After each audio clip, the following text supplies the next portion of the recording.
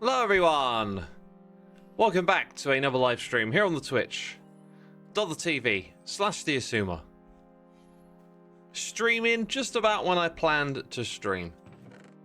Except, I'm also in a queue. Trying to buy tickets. The Oasis tickets, of course, you know. If I'd have thought about it for 5 minutes, maybe not even that long. If I'd have thought about it for a second, of course the websites are going to be down. But I'm actually in a queue on Ticketmaster, and the page is automatically refreshing on C tickets. So I've probably got zero chance. But the idea was that I would buy my tickets and then live stream. But of course, it's Oasis. I mean, what was I thinking? Where am I going, by the way? I need to go this direction. So yeah, while I stream, I've got my tickets up on the other screen today. Yeah, hopefully I'll get lucky. Eleanor says we're in the same boat, queuing to even access Ticketmaster, let alone the actual tickets, is madness. Yeah. Yeah. This was really quite predictable. You're 40k in the queue. Yeah, this is the thing. Like, I'm thinking, even if I get in the queue, there's millions of people trying to get these tickets. And I think the chances of getting them are just pretty slim. I should have turned up earlier to get in a queue, right? That way I might have had a better chance, but I didn't think like that. I just thought, oh, you know, turn up, get my tickets, it'll be good. I've kind of decided what I want to do for this like final section over here, so I'm just going to start building on it. Rubs is also 40k in the queue. Hashtag high hopes. Yeah, I mean, how many... there's 17 dates. Somewhere like Wembley Arena... is it Wembley Stadium? That's got to be like 100,000 tickets.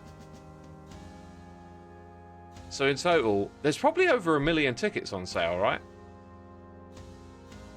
Cardiff, the Cardiff one isn't that big, but with 17 dates, I think saying 1 million tickets on sale is probably about fair. And I don't know how many would have sold already, but I'd say 40k in the queue. You got a good chance. Hang in there. Pringer Star says, did we actually expect anything else from Ticketmaster, to be honest? I don't think it's a Ticketmaster issue. I mean, like, there's just such an insane demand for it. It's gonna overload servers and stuff, right? You can prepare for like high levels of traffic, but obviously they underestimated how many people wanted these tickets.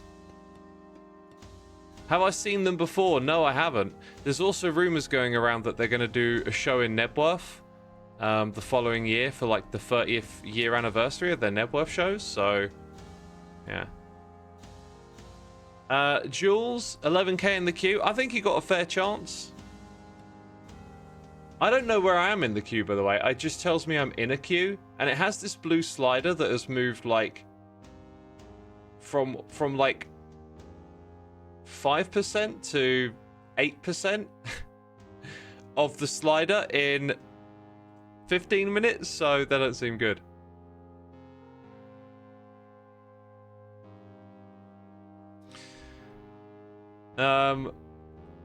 Yeah, so I haven't seen them before. Would love to see them. I mean, I absolutely adore their music. It's very cultural as well. It just feels like such a British thing. Oasis, very like universal. Pretty much everyone loves them. So yeah, I'd love to have the opportunity to see them.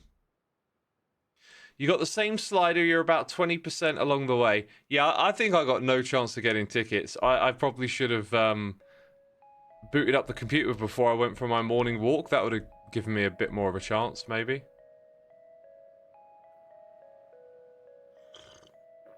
Fubu, you had no idea they were selling tickets, but you're from the States. Yeah, so they're like a big deal here in the UK. It's like all the media outlets talk about them. Even the sports outlets will be talking about Oasis. They're quite ubiquitous at football and stuff, so it's a huge deal over here. Huge deal. Let's see. Just wondering if is there still wanted to go this way? I think I did. I think I tested this enough to know what I was doing. It's just been a minute since I last worked on this, so just got to get these blocks in place and see if it works. Been waiting since 8 and no joy on 2 websites. Yeah, I'm on C-Tickets and Ticketmaster. Those were just the 2 I remembered from the promo video, so I just logged into those.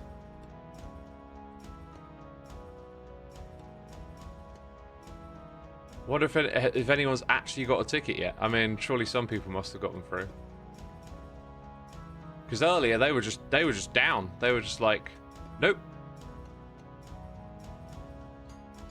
Hey, I just had a little bit of an idea. There is one layout that I was going to do small armor stands down here. There is one layout that I think I've tested a couple of times, but each time I go through it, it's kind of like, nah, this doesn't work. But I'm sort of tempted to give it another try. It's having obstacles.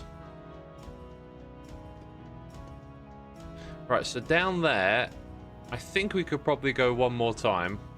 Oh, well, we don't have like a halfway point. Like 1, 2, 3. Halfway point about here. And then go down again, maybe? I'm also not entirely sure what the big finale is going to be. I've got a rough idea in my head. It's going to be a lot of experimenting and stuff again, as always. Oh, I've got that croaky morning voice going on.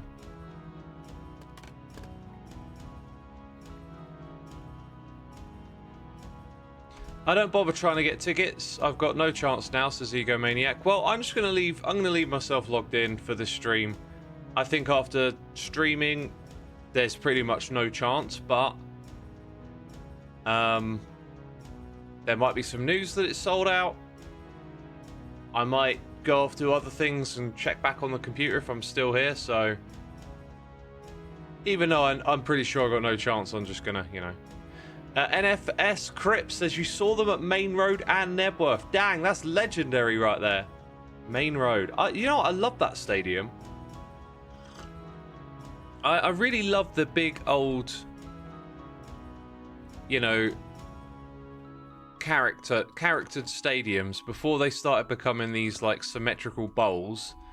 And theirs was really big. Manchester City had a really big stadium, yet they moved to something new and modern. I mean, I guess maybe the facilities weren't that great, but still, I really liked that stadium. I thought it was cool. Looking for standing, or are you seated ticket kind of guy? I'm standing all the way. Dang, I don't want to be sat down at a gig. Does depend on the type of music though. But Oasis, I want to be standing for that. I was kind of wondering, do you reckon Oasis would have mosh pits? I feel like mosh pits when I was young, mosh pits were like very metal, and now they just seem to be everywhere. Like, there was definitely not moshing at rap shows, but now rap shows, gosh, I sound you kids and your rap shows. Yeah, but no, moshing's like kind of everywhere now. I would not be surprised if there was moshing at an Oasis. You know, for the right song. For the right kind of song.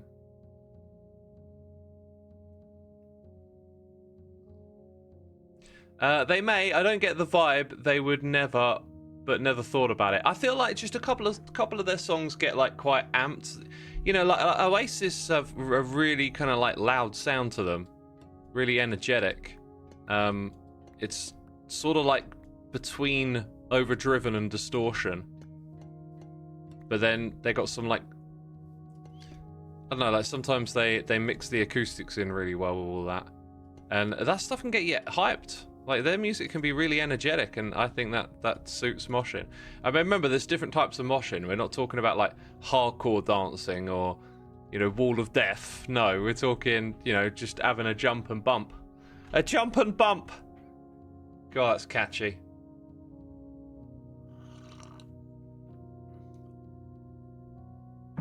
Egomaniac says, one of my mates got tickets. He was on as soon as they went live. Well, I was here like 10 minutes before.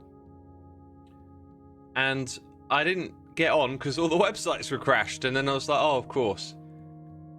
I'm assuming, like, maybe, like, I read stories that people were turned... By the way, I'm up to, like, 10% on that blue meter. I read stories that people were, like, turning up on the website 10 hours ago. Trying to get in a queue, you know?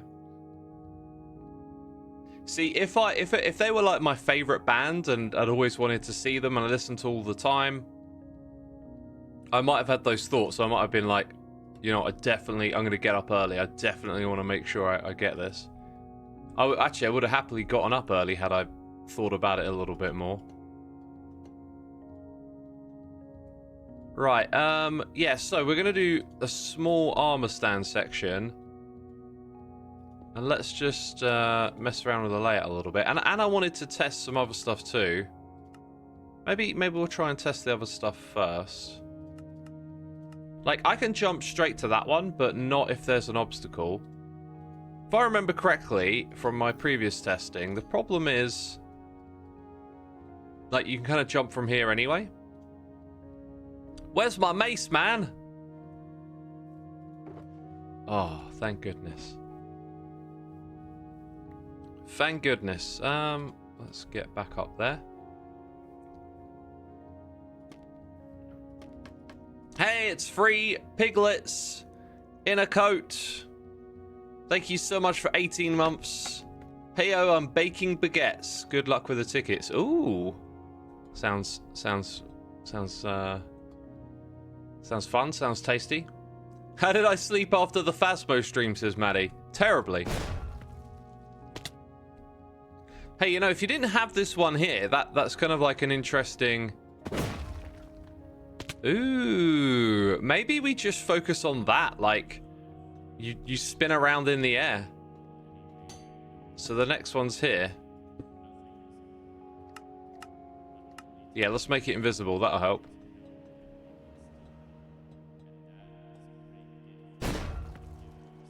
Kind of not that difficult, actually, with the current arrangement. Can I arrange the armor stand so it pokes out of a wall? I could actually sort of manipulate its shape and stuff in lots of different ways. I'm keeping my course, like, pretty consistent for now, though.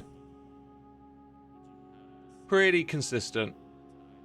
Hey, we also had another noise in the ear. S1W, thank you for gifting a sub to Kebab Manon 1. Much appreciated. Thank you for supporting our community. Yeah, so Phasmo was amazing. There was a moment where, like, I don't wish I was a webcam streamer or whatever, but, like, my face was frozen with terror on occasion, and I was thinking, it's like, it's really quiet, it's silent, but, like, if you could see my face, this would be hilarious. I was just like, oh, that game, yeah, terrified me. Terrified me. And I was kind of oblivious to how Impulse and Skiz were just so, like, calm and relaxed. And now that I look back on it, I kind of realized that they're playing the investigation game. And then there's a lot of fun and shenanigans that happens along the way. And I was just, caught up in all this terror and horror. I don't think it was quite as scary as Lethal Company, though. I think there's, like, a lot of like, lull time on that where that kind of scary intensity goes away. But also, I think it's more about the investigation, whereas Lethal Company's a bit more crazy with the stuff that you see. You can play Phasmophobia in VR. Worst experience in my life. Yeah. Playing it in VR, that would be something.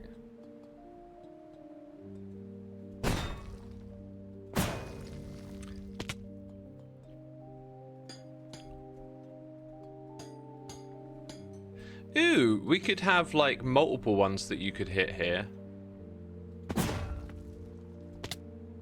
Interesting. What if they went from like that to this?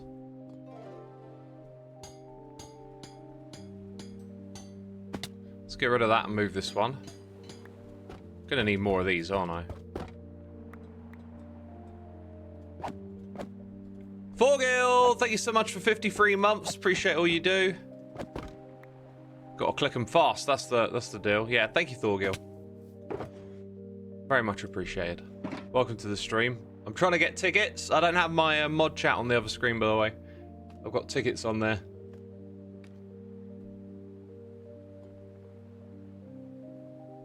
Matty says, I kind of like Lethal Company more than Phasmo, both streaming gameplay. Yeah, I guess I feel the same way, but I haven't played a lot of both of them yet, so there's that. I felt like Phasmo could have put a lot more passive scares in it. Like, there's all these like paintings and stuff on the, well, paintings, what am I talking about? Pictures, you know, regular things you'd find in a house, like if we refer to the first level. And I was kind of reminded how in like some creepy movies and stuff, they put in these like really creepy drawings, and it just felt like there was a little room for like a few more passive scares and stuff like that. You're 144k in the queue for tickets. Hang in there, my dude. We were saying earlier, we reckon there's at least 1 million tickets on sale, so yeah, I'm in a queue, but it hasn't given me a number. It looks like, based on how long I've been streaming for,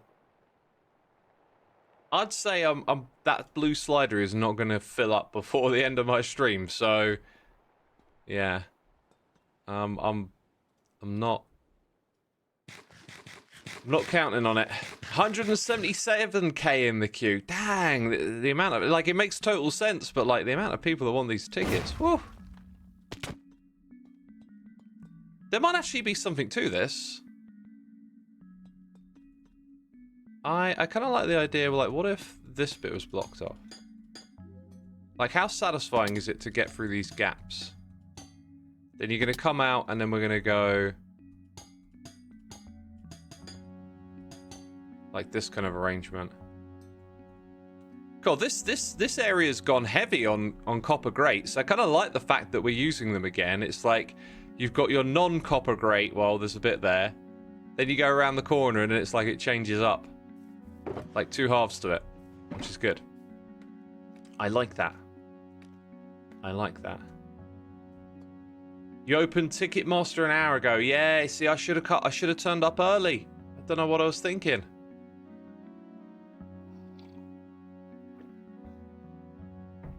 Should have turned up early. Well, if they do the one at Nebworth, hopefully I'll remember it. I have actually turned up to get tickets in the past and then had these sort of experiences and thought, oh, of course. Just never seem to remember.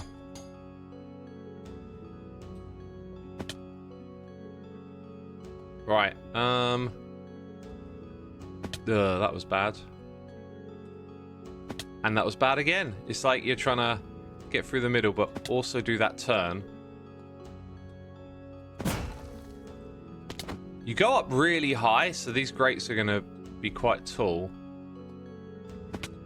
I think maybe this one in the middle to start with is not so great. It's like,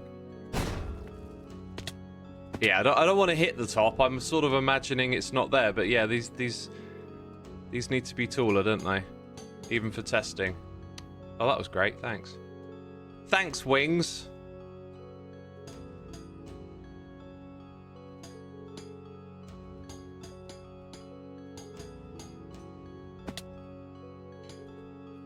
I'll grab that. Best concert I ever went to, probably Slipknot 2009 at Download Festival. That was absolute bedlam. That was a crazy show.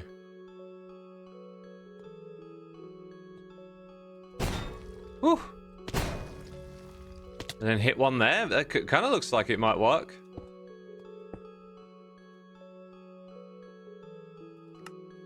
There's probably like a higher likelihood of landing on the side here as well. It's just occurred to me. I don't know if I'll go with this layout. The other one I wanted to try was smaller armor stands at the end. Yeah, look, see, I've like swung myself outside of the area by doing that. You was also at Download 2009. Awesome. Awesome. It was such a cool show. What tickets am I waiting for? Oasis. It's been on Ticketmaster since 8 and is 70,000 in the queue. Dang, this is the thing. I should... Oh, man. I woke up at like 7:30. That probably would have been a great time to log in. Oh, well. Why did I think I could just turn up at 9?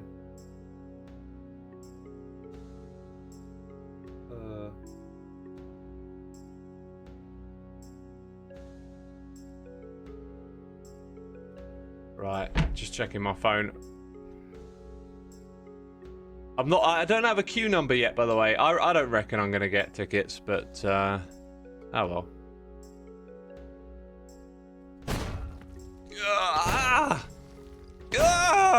See, you got to make those noises. Makes it way more interesting. This is definitely cool. I kind of don't like the way you're gonna go to the outside. So maybe this first bit's good. Go through there. Then maybe just repeat that again.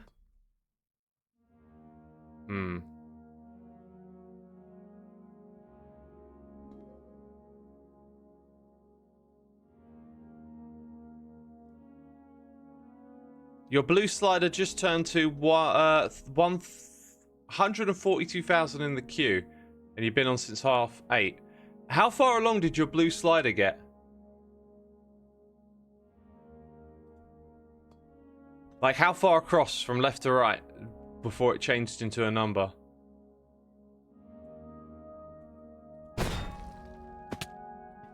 Yeah, these are going to be obnoxiously high. Halfway across the screen. All right, awesome. Bob, at some point in the stream, I should get a number then. Stream there. And considering there's 1 million tickets, right? So let's say an hour from now, I'm halfway across, and I get a number like yours. I think I might still have a fair chance of actually getting a ticket, maybe, because I reckon there's going to be like 1 million or more. So thanks a lot, 98 months. Woo! Dang, getting close to 100. I'm sorry to tell you, but we just somehow got Oasis tickets for London and Edinburgh. Fingers crossed for you. Awesome, my dude. That is great. That's awesome. I hope you enjoy the show, man. Thank you for all the support. Yeah, fingers crossed. I'm hoping to get. Hoping, but you know, we'll see. Let's try another experiment here with the little armor stands. They're just harder to aim at. That's really all they offer. Like, they're a lot harder to aim at. So we could have a lot of them. Ah. Whew. Whew.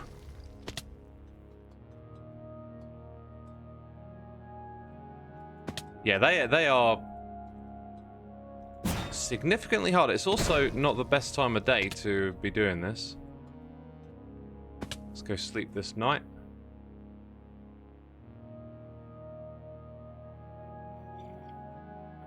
Your friend is in a queue for 4 different shows. Interesting. The way it normally works is that you just queue and then you pick the show second, right?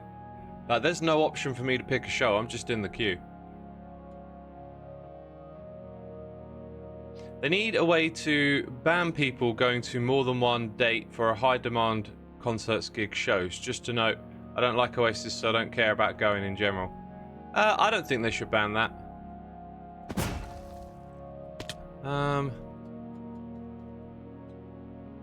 Like, if people want to go to more than one show,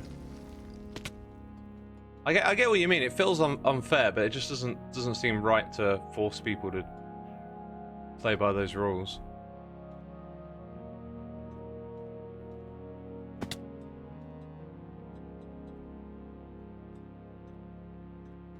Okay. I think at this point in the game that we've created, like, this would probably be really quite annoying to have a really tough small armor stand thing. Could possibly play around with a steeper downward slope leading to the last section. I could also design the last section in reverse. I'm not really quite sure where it's supposed to end. Probably down here, so you just walk off a little exit to the side.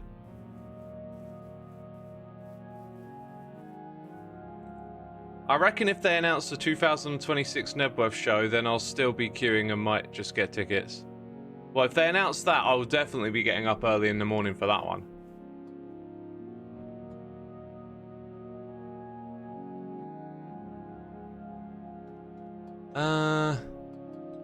So what do I want to do? What do y'all think of what we're designing here? Do you think we should go with this, like, in and around idea? My main concern is just hitting these edges, and I don't want to do that again and just have massive walls of copper grates.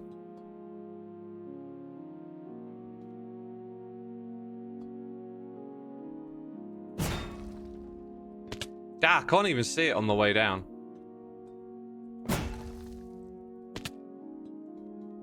Glass walls? I could as an alternative put glass on the outside, yeah. I'm sort of thinking I want to avoid walls, but they might be necessary.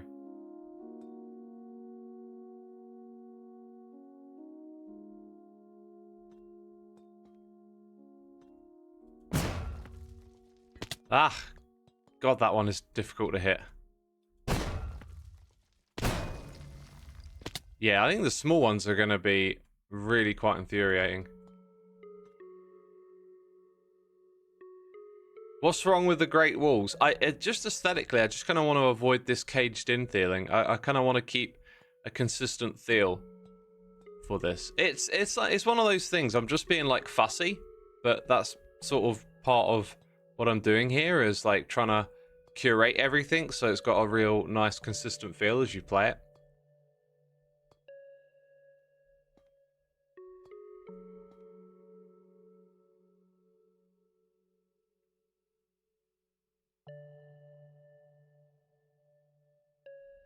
Maybe I should just go with these walls then, since it seemed to be working. What did we do? We had that. I think, didn't we have one? No, we had them like this.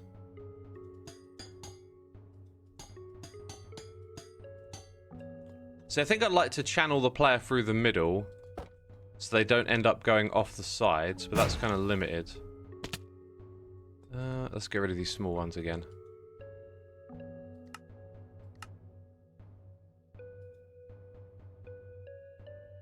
Anyway, opinions, share them. Don't be shy. Maybe you got a suggestion or a tweak. Oh, I kind of seeing something in my mind's eye. Let's try a different layout. I think I've got an idea for a layout that might serve us a little better.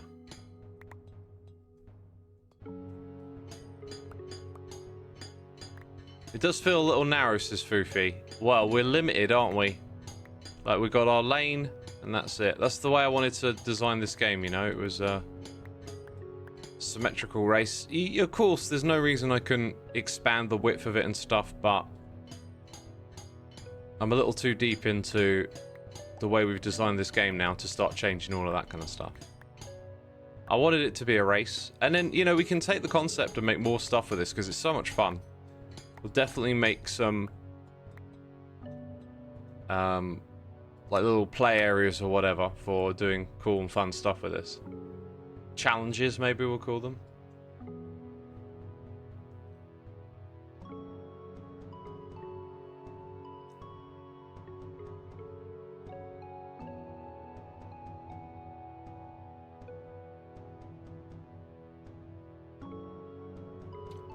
Right, anyway, what was I going to do? I was going to... Ah, wrong one.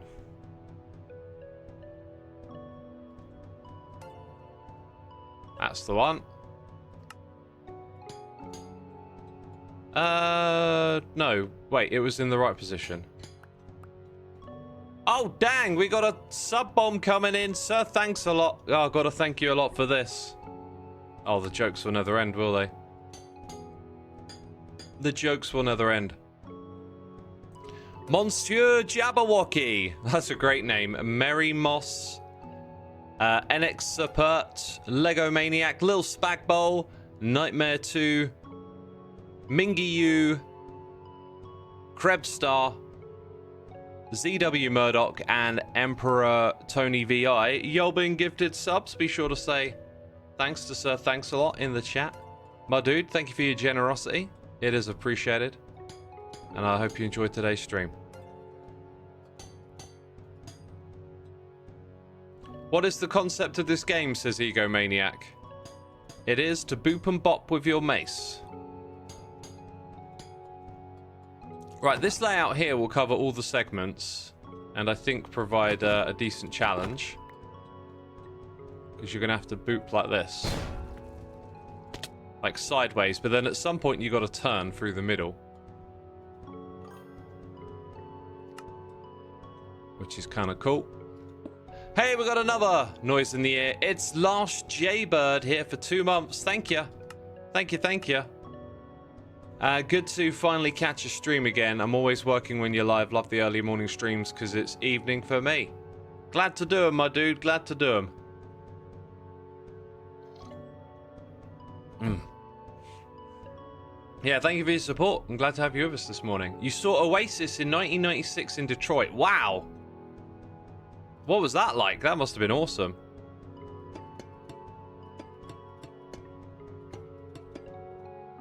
Okay, let's go and put this one here. Do those things. This will give us like a nice little platform to go upwards here. Might be a touch close, but that could be part of the challenge, perhaps. Let's go build it. So normally we only have like a mild upwards required. But we're going to need one so you can't just bounce from there to here. So it's going to be quite a big upwards. Probably bigger than that, but we'll see. Which is interesting, because I just reminded myself that I did want this thing to end kind of low down. So we might revise that idea. We'll see, we'll see. Hey, Dan Metroid Arnold, thank you for tuning in. 11 months. This renewed during the Phantasmophobia stream, but I held on to the alert, seeing as this is more an appropriate time to cash it in. Hope Ticketmaster sorts itself out so you can master those tickets or something. Yeah, well, it's working. I'm just in the queue. There's just an insane amount of demand, right? Like, there's millions and millions of people trying to get these tickets. Like, I don't know if there's going to be, like, records or numbers for people trying to get tickets, but this might be one of those things where, like, there's never been such a insane demand for tickets. So, it's no surprise that we're in a queue with hundreds of thousands of people. Thank you for the 11 months, my dude. Longest Man 1 is here with the Prime. Thank you for using your Prime subscription on me. Appreciate it. Oh, it's going to be quite easy if you weave around it like that, isn't it? Woo! Okay, okay. Might not be as easy. Well, that's poor. Woo! Keep going. Yeah, can't get to the end at that height. Probably couldn't get to it if it were a little bit lower. Which we want. Now, if I set myself up a little jump here... That was weird. Oh, you see? Like, maybe I could get there? Burt Potato, thank you for 44 months. Appreciate it, my dude. Hope you're doing well. Good to have you with us today.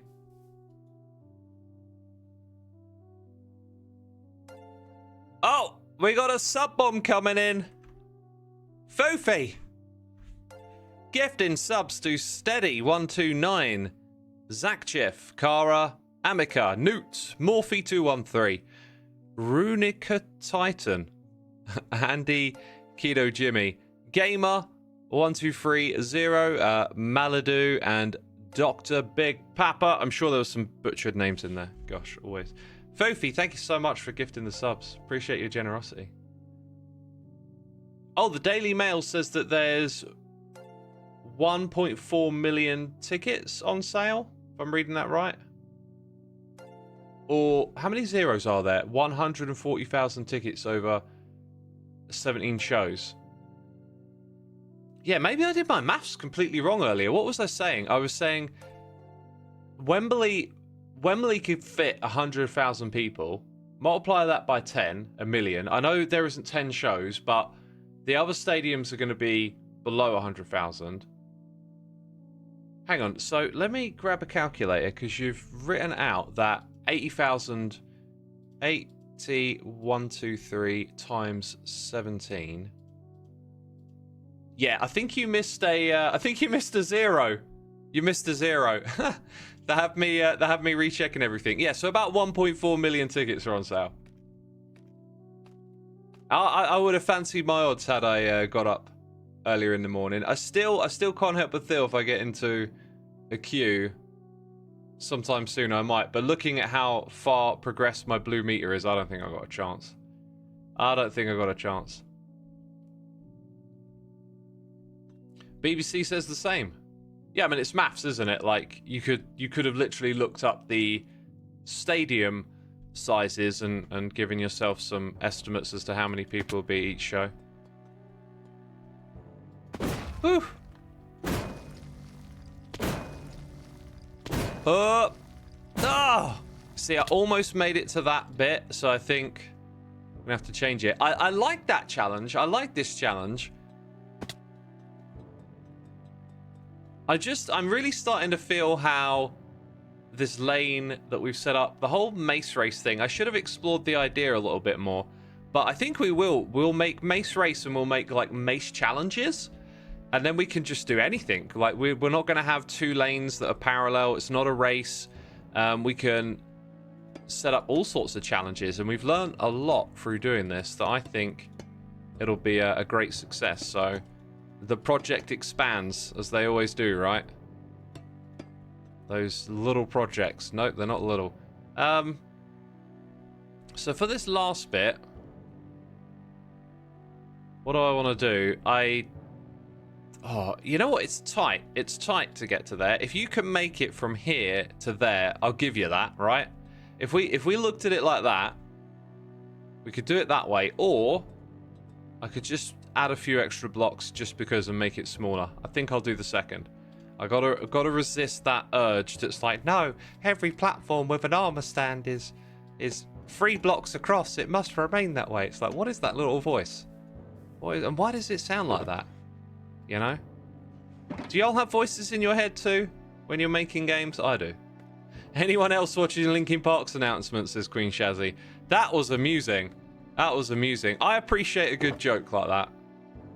I can understand people being upset about it, but I think you got to appreciate stuff like that sometimes. It's like, I mean, wouldn't life be a little bit dull if there weren't ever some practical jokes from time to time?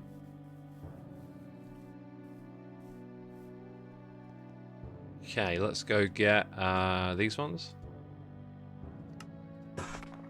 Might need a few more copper grates as well. What happened with Linkin Park? They set up a 100-hour countdown for a big announcement.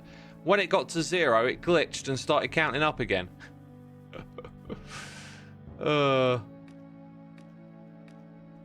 Which I find that highly amusing. Right, the fact that I almost landed on that means we need to change it up.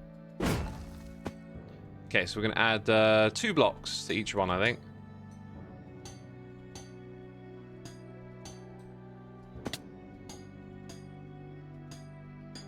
I'll do. I kind of like the idea of, like, maybe if those ones came across to here. Let's actually goof around with this for a second. This might be a bit much, but I kind of like how this would look. It'd make it feel a little less, I don't know what the right word would be here, but a little less something. A little less one purpose, perhaps, would be the term. Oh, I hit my head on it. Will that happen if I jump from here? Oh, yeah. Okay, so the height that I've got is just enough to stop you getting on top, but not from hitting your head. Actually, I don't like how that looks now. I thought I'd really like that. Look a bit more structural or something along those lines, but no. We'll get rid of that. We'll get rid of that. That's okay. It's okay. Ah! I was holding shift, man. I was holding shift. By the way, do y'all ever have Minecraft dreams? Where, like, the world that you're in is a Minecraft world? Because I had a dream last night, and I've thought about it several times, and I can't quite piece together, like, the significance of it. But I think, let me think really hard. It was me and two other hermits. I think it was definitely Zedaf.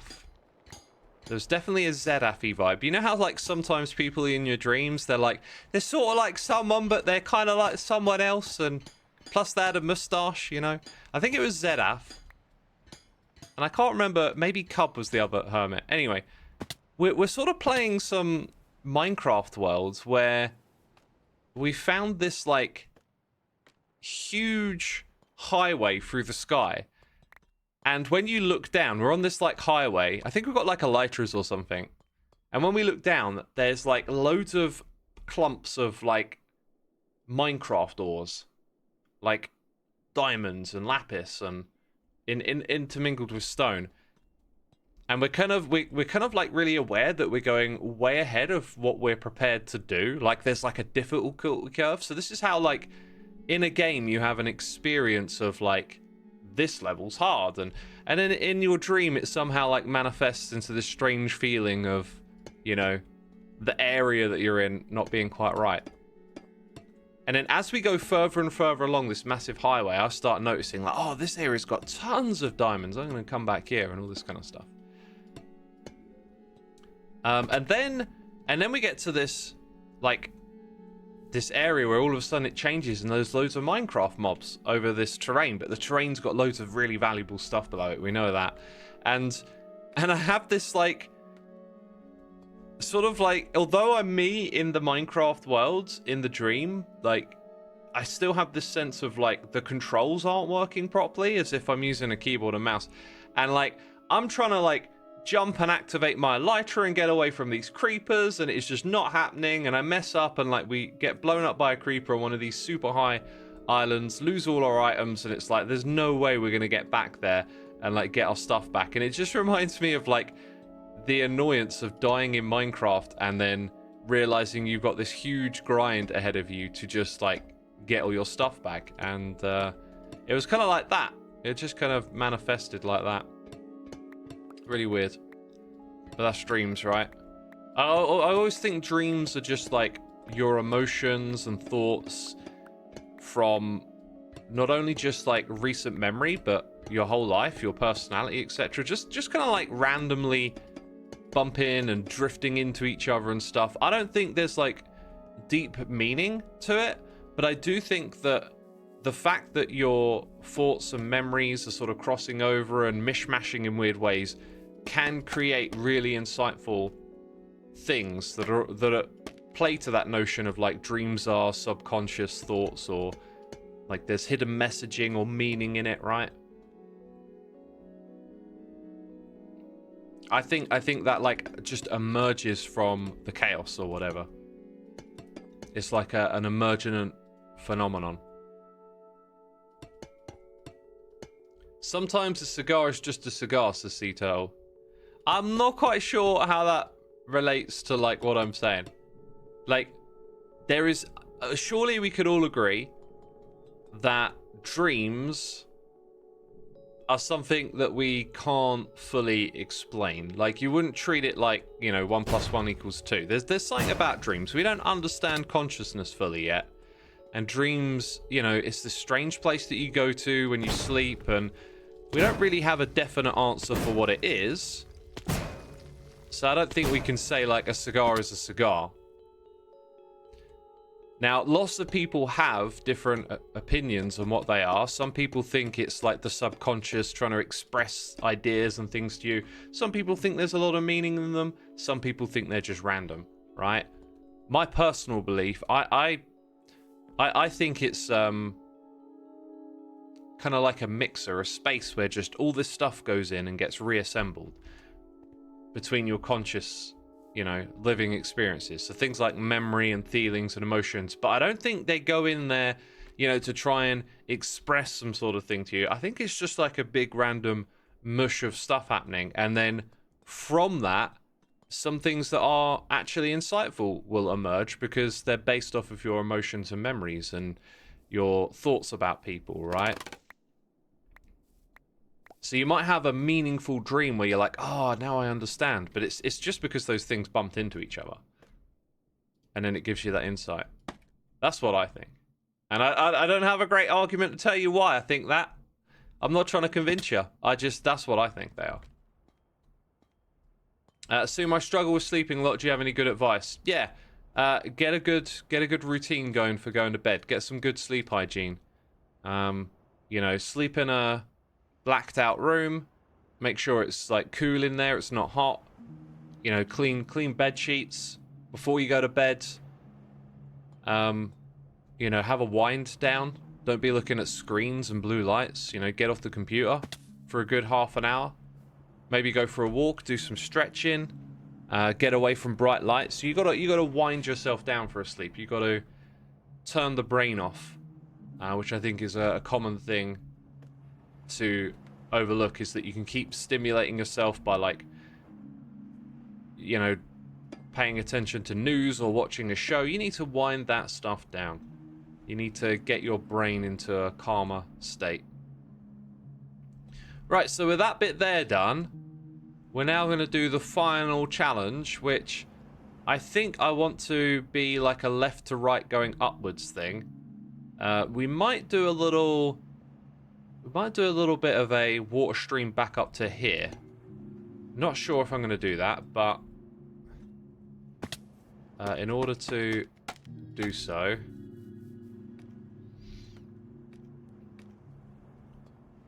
look at paper or something. Yeah, I mean, if reading really stimulates your brain, it wouldn't be reading, right?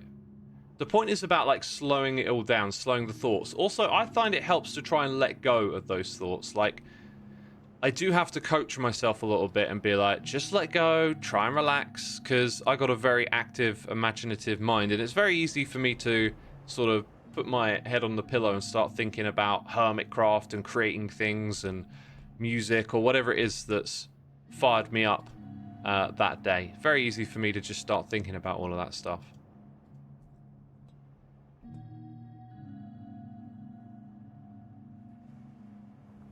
So yeah, I have to, like, remind myself, just chill.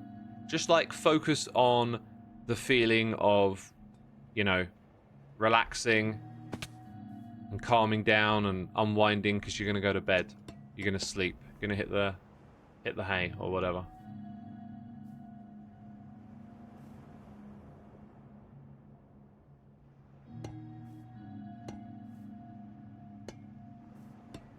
Okay, if we make this area down here like 5 blocks wide. 1, 2, 3, 4, 5. So now we're in line with that. Is Zifo okay? I'm sure he's absolutely fine. He's Zifo. He's just playing Frogger, I think.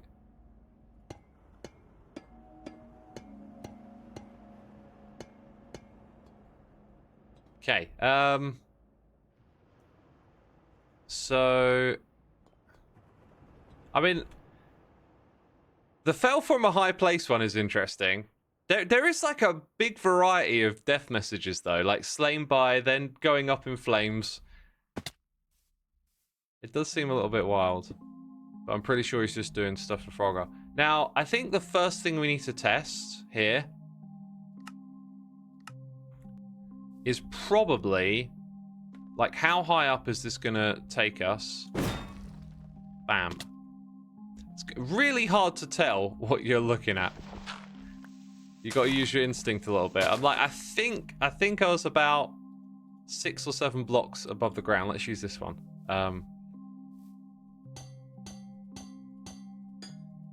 Let's go with 6 to begin with. So if I go put one here.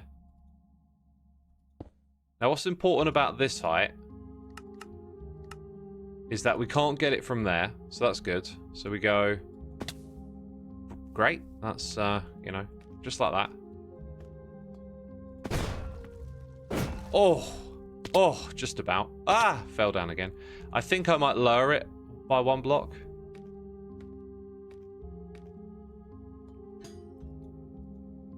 Let's go -1. I need to ask the armor stand mod people if they're going to have the what did I call it? Like the repeat edit in, because I would love that by the time I'm ready to do the other side. That would be amazing timing. Okay, check it out.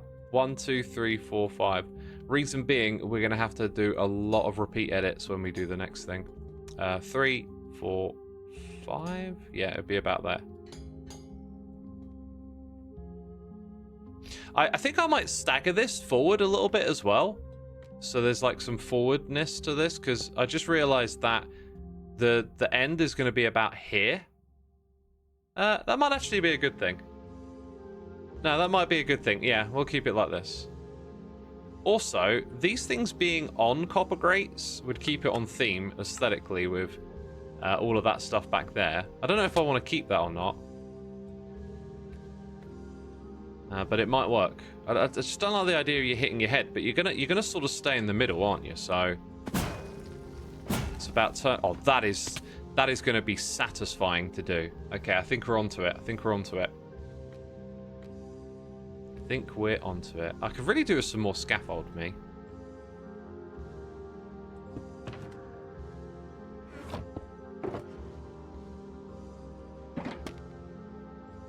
Maybe mend your mace, as simply Alice. No, I want to keep... I wanted to, like, show it in my video. I have all these little ideas with stats and numbers, and I'm so awkward about it, right? Like, I wasn't going to repair either of my maces, so then when the game was done, I could be like, look at how much I've used my mace. And then I was going to do some math as well. And then Pearl was so kind, she was like, oh, I've put your mace back and I repaired it for you. And then I was like, no! Oh. Because I was going to hold on to that. I was going to be like, oh, I'll do some, like, number stuff. I've used the mace about this many times. Oh, well.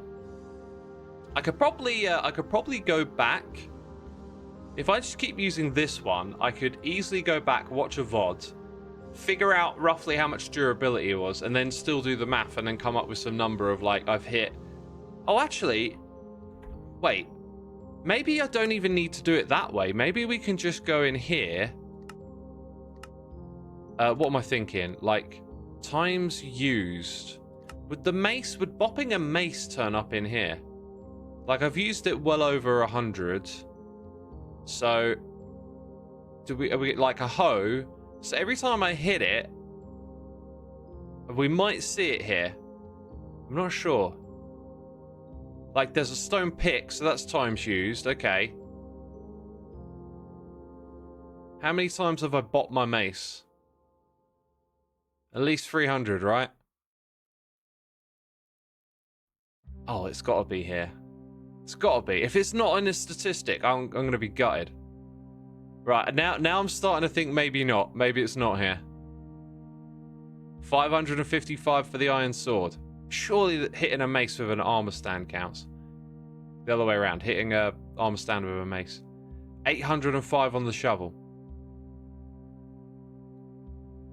Dude, it ain't looking good.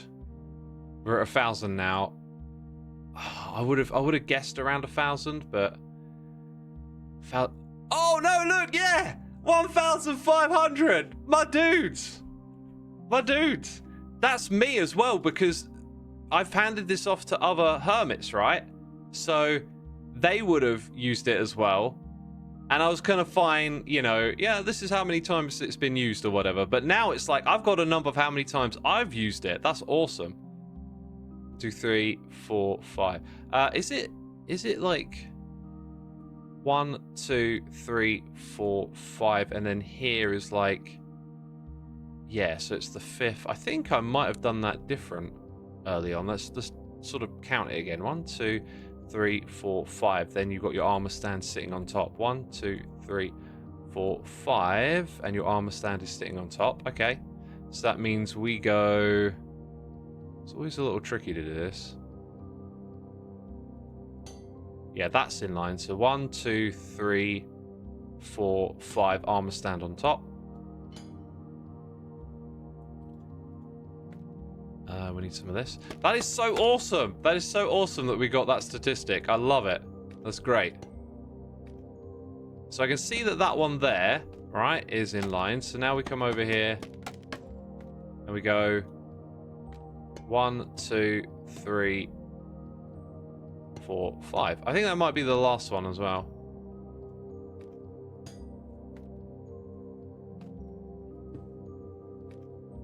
Now I need to shift click it. Bam, got it. I'm still in the queue. I've got no chance of getting tickets. If I'd have turned up earlier, I could have got some. Oh well.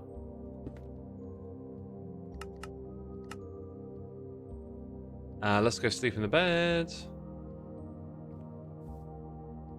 Oh, here we go. I sorted the statistics on times used. Yes, that's correct. That's correct. We were looking at times used.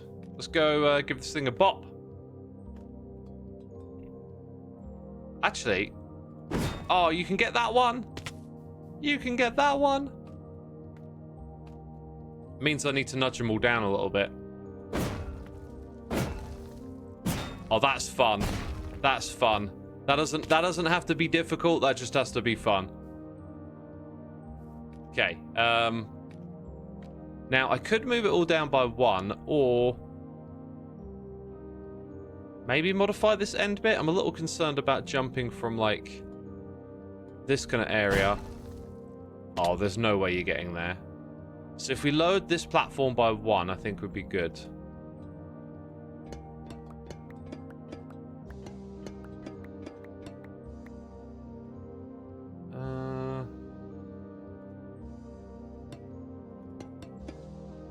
Using the sides is going to be against the rules. If you land on the side, you got to go back to the beginning. That's going to be a rule.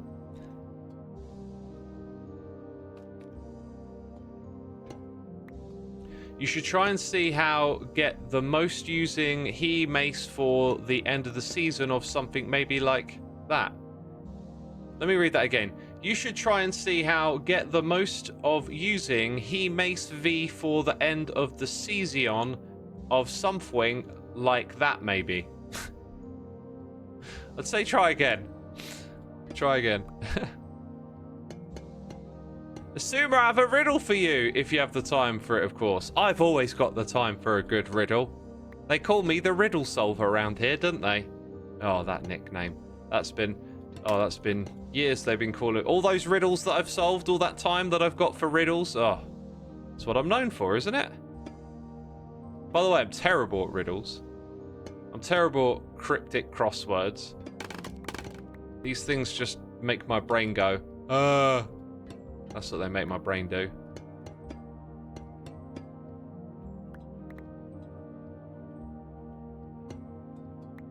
Through the clouds I twist and turn in legends old and tales stern. A serpent large with wisdom old. What am I in stories told? You're a riddle. You're the Riddler! Oh my god, I got it first time! You're definitely the Riddler. Through clouds you twist and turn. I don't know, some sort of bird. Tales that are old and stern, maybe something biblical. Serpent large? I mean, serpents aren't known for flying, right?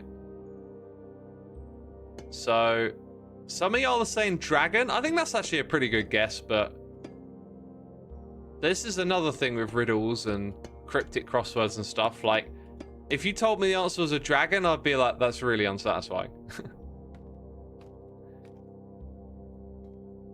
Okay, so now we shouldn't be able to... Oh, I guess you can do that, can't you? You can fall down. That's kind of like... probably going to be pretty unavoidable. If I nudge everything up by 1, which I was trying to avoid, but I guess it might be necessary after all. So we'll do that. I think we can start building this thing proper now. We just got to remember that we've done just the first 2 have been nudged up by 1. Okay, so then we're going to have a thing with this down here.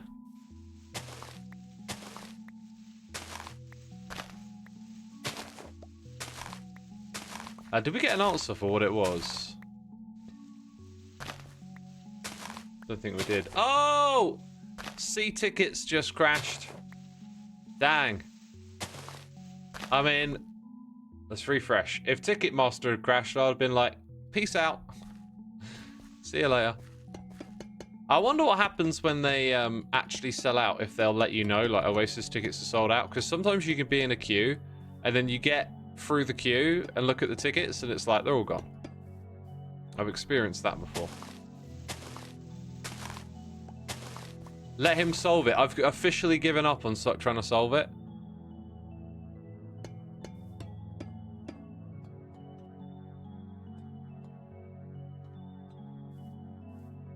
Okay, there's going to be a little entrance there for getting through.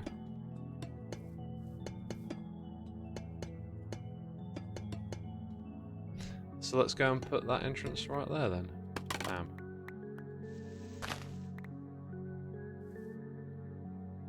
We can put in way more of these blocks.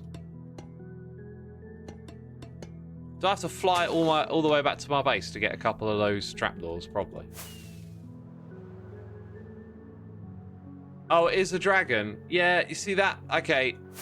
Like, I'm not big on riddles, but that was just like not gratifying to solve. Not that I solved it, but it's just like, okay, it's a dragon.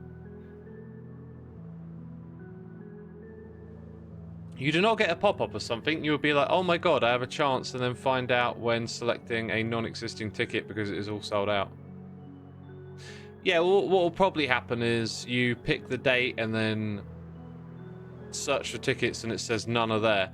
Like, I have found that to be an annoying thing with Ticketmaster and other ticket sites, is that they let you go in and try and get tickets when they're all gone. I think it might be a quirk of perhaps, like, let's say you're down to like the last 100 tickets and people have still got them in their cart, but they haven't purchased them yet. I think there might be like a window where, because they might cancel, you need to be given your opportunity to search for it or something along those lines. But I don't know.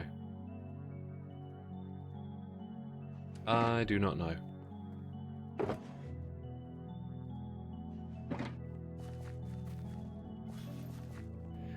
Miss Sani says, yeah, that is it 100%. It could be, it could be. I don't know how you know, but that would be my suspicion.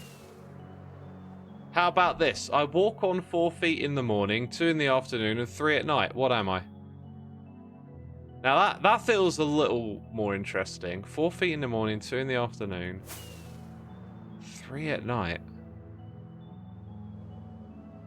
I think it's not a thing that walks. I think it's something that has feet that changes, like something else we call feet. Like, feet can often be used as a measurement.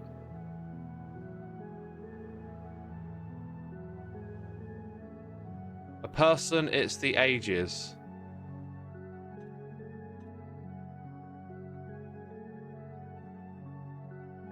I don't get the 3 at night, then, if it's something to do with ages. Yeah, you can solve them. Like I said, riddles are just not interesting to me. I don't get excited about a riddle.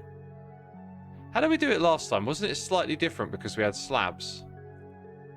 Yeah, that's right. So I need to lower the floor and actually turn it into slabs. Crawling on fours, standing, and then with a stick. Yeah, it's like the stick. It's like the whole thing. Now that I know the answer, the whole thing seems even less satisfying. It's like, oh, clever. Whatever. 3 implies the cane.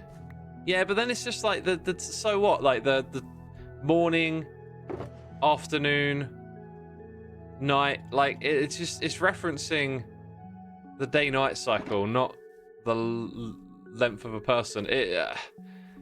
There might be some riddles that are really good, but that just does nothing for me. It's just like, okay, well done. What am I coming back for? Water buckets? Which is kind of weird because they're next to my ender chest.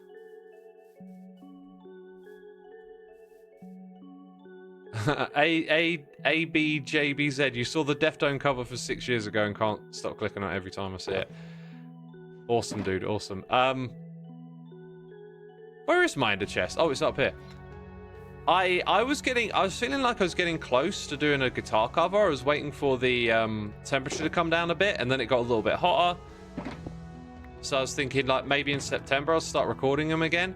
And then I've been to the physio about my elbows, and they've sort of gone back a little bit. So I think I'm gonna take a break from playing guitar again. So I'm kind of annoyed, like, you know, it takes a bit to get back up again. Like, after taking a break, it takes like a couple of weeks to really get back up to scratch with like where I'm at with playing. So I'm kind of annoyed. It's like, I was close, but now I'm going to take a break from playing again.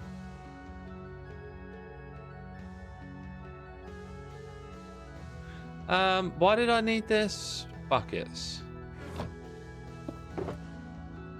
How long have I been streaming for? Over an hour. That's why my bum is numb. It's been long enough. How's the queue going? I don't have a number yet. I'll double check it. Still no number. C tickets is down.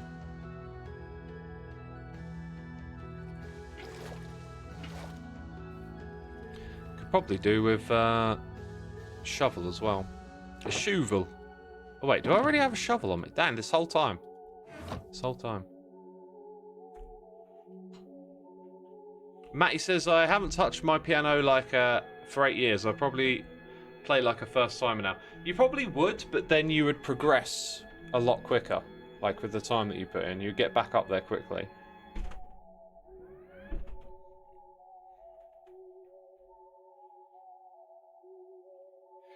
Okay, right, I'm just switching to stand-in. Which always means moving a few things about.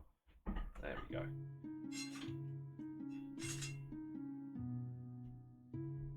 Oh, that's not right. There we go. Okay, much better, much better.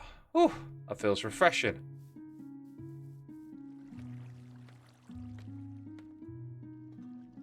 Okay, let's get down there. Fill in some blocks. All that space I dug out, and the only bit that actually helped was this bit. 4 blocks. Plans change, what can I say? Oh, actually. No, we're not coming down that far, are we? I'd already dug it out. Oh, so even less blocks.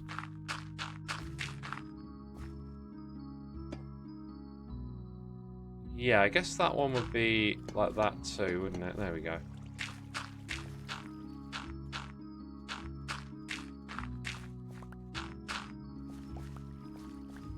Does this need to be this low, though, if that's been moved up a block? I'm not sure if it does or it doesn't, but I'm just going to leave it alone.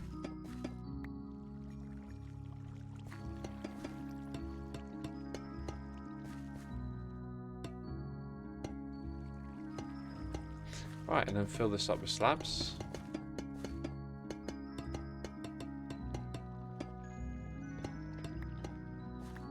And then fill it in with water. Some water, mate.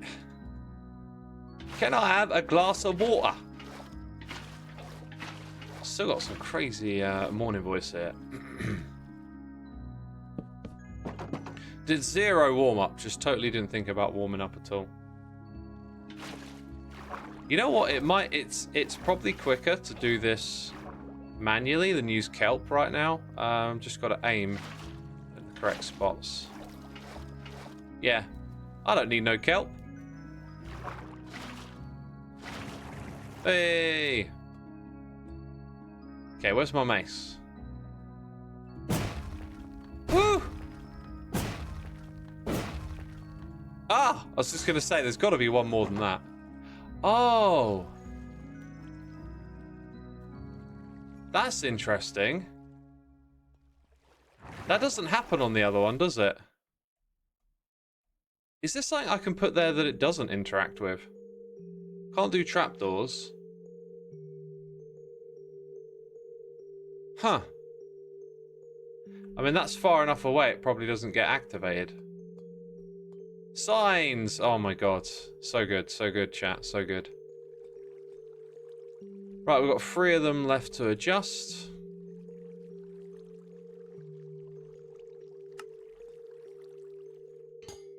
Need some of that scaffolding again.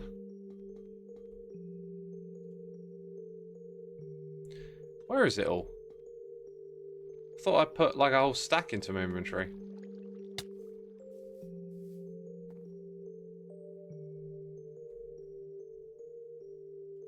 I must have put it back in here.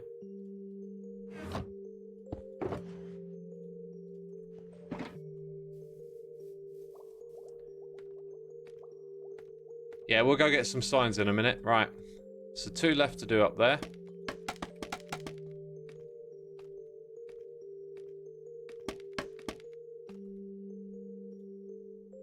Come on! Oh, that's just lame. That's just lame.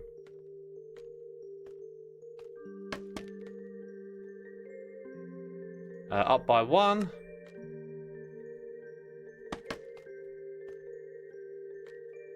Up by 1.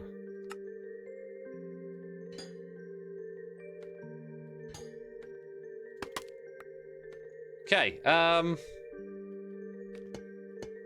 there's an argument to be made here. If I really wanted to, I could perhaps make this pool go way lower down. Then again, you'd sort of start halfway up, wouldn't you? No, that doesn't make sense. Okay. Because there's got to be like a finality to this. I think I'm going to avoid having walls on either side.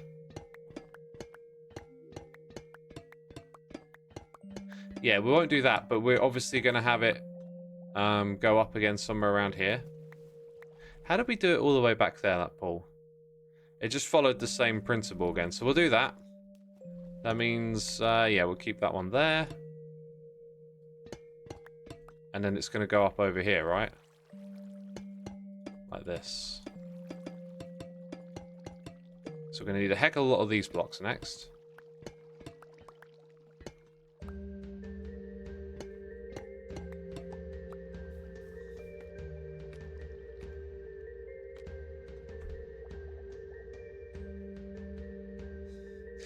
But you see, scaffolding is for constantly losing and having to get more of. It is a little bit like that, isn't it?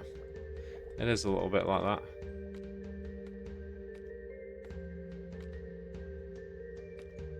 Your mum's telling you to sleep. Happy stream. Go to bed, dude. Get your rest. If you want to catch the VOD, it'll be on my second channel. Hey, there's a good time to do a thing with the pressing of the button. That one. There we go. Peeps, take the time to check out linktree.xisumavoid.co. Get links to all my channels, all the different stuff I do. Maybe discover some things you didn't know I do. You know, it's just a bunch of easy to click on links. You can find my second channel there if you want to subscribe. That'd be awesome. That's where the VODs go. Right, so now we've got to go all the way up there with these blocks, of which I have this many right now. Keep the walls, they give you something to predict where to aim. Maybe. Remember, these armor stands are going to have markers on them, so that means I need to rotate some of them to be consistent, but yeah. All of that will come. Maybe I could put some copper grates along the side, although I did want to try and avoid that.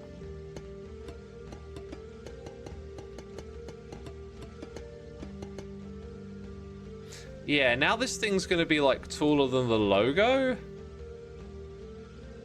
I think it'll work.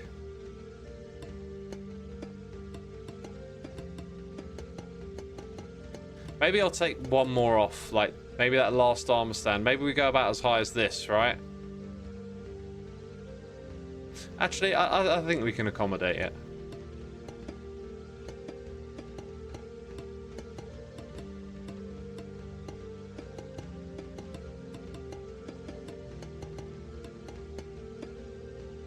So let's say this is the top bit.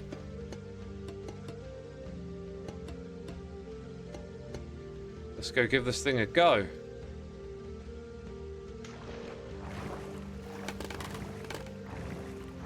All right, let me out. Let's collect that first.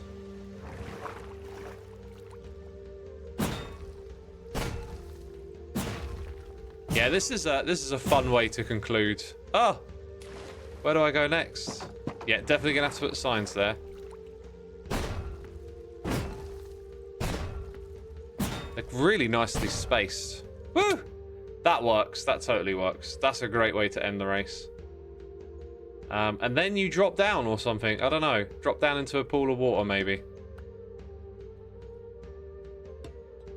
We'll come back and finish that off later. So we need to do a bit of a pass now on everything and just tidy up all the edges and maybe start putting more of those carved pumpkins in and really give it that finished feeling. And also, I got to sort out where the beacons go. That's the other big thing. So from start to end, we want to have resistance 2, speed 2, regeneration. Those are the 3. Can you get resistance 2? You can. We currently got resistance 1. So that's 1, 2, 3 beacons, I think. Because speed 2 does a secondary. So then we'll probably put haste. Haste affects the rate at which this recharges, doesn't it?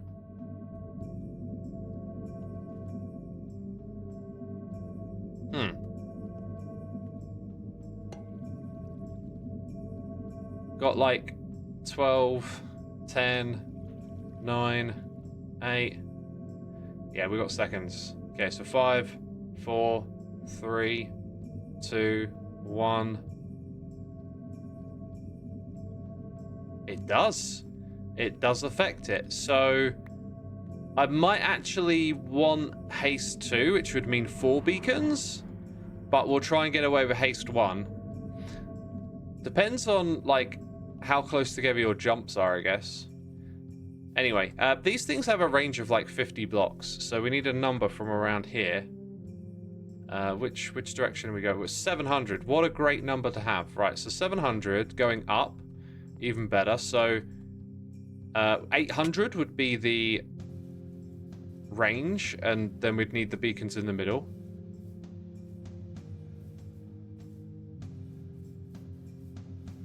It's kind of looking like this thing, like, almost could cover the whole thing with 3 beacons. Let's go back to the beginning and see, like, what is the actual starting block? It's like about here. So we could actually say 709. Where's my bed? It's over here.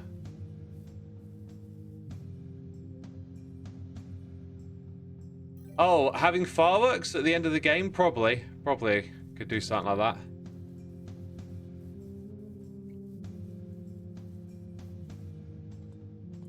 So where's 809?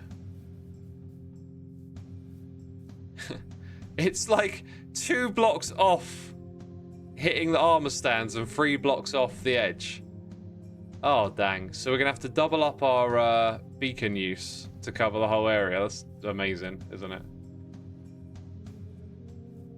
You could only activate the beacons while the game is active so other games aren't affected. Could do. If it becomes an issue, we could do something like that, yeah.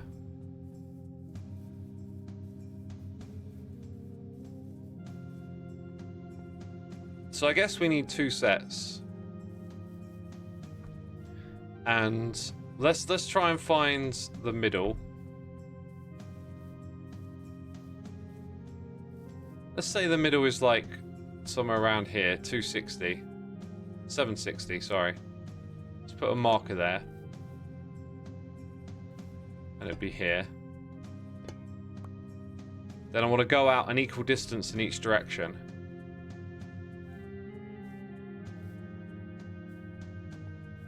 These will probably end up being like quite close together. I could also place them so that like we use the space behind it for some of our challenges, but I don't think that's going to happen.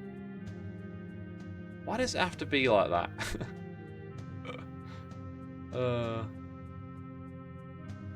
But a tiny bit smaller, it would fit in the whole range. Would they notice though the beacon effect doesn't instantly vanish? That's true, but it's like it's over here at the corner.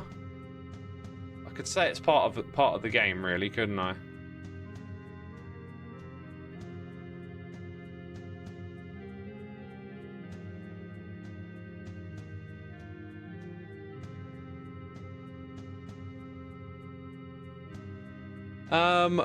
Lucro, it does feel wasteful, but I think I'm going to do it anyway. The thing that annoys me is that the middle is the perfect place to put the beacon, whereas when I come over here, like, we've got this thing a little too close. I kind of wanted to... I guess it's not the end of the world if I build into that space a little bit.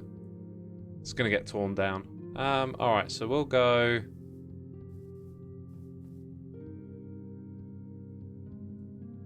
Just looking at the space around, I'm wondering, we wouldn't use any of this space going this way, really.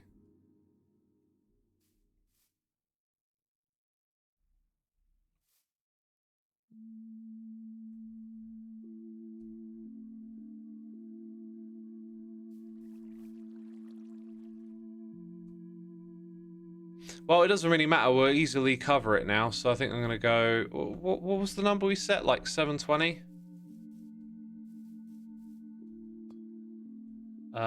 760. So we go somewhere down towards 710. And then we run out of space about here. So let's go 720. So we're going to have 3 there. So that's 40 blocks. So there'll be this big overlap. So the next one will be at 800.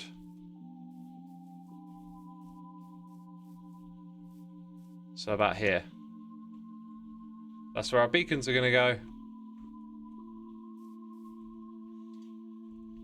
Right, we'll set up the ones in the middle first so that we can transfer the haste effect further down the line. I think. Actually, it probably doesn't overlap. No, it doesn't, does it?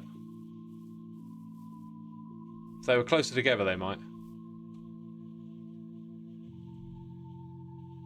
Right then, I do have a box of iron blocks here, believe it or not. This will be interesting to calculate. So that's going to be the top. Oh look, I can see already it's going to be under pretty much everything.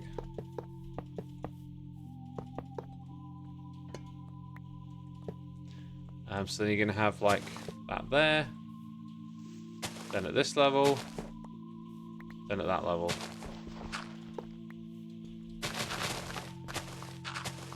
Yeah, look at that. We've missed the redstone. That's good.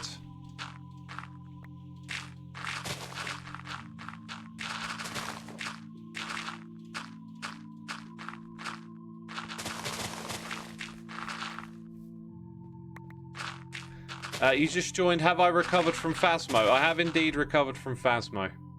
Also, I think I need to drink some water here. Got a bit of a dry mouth.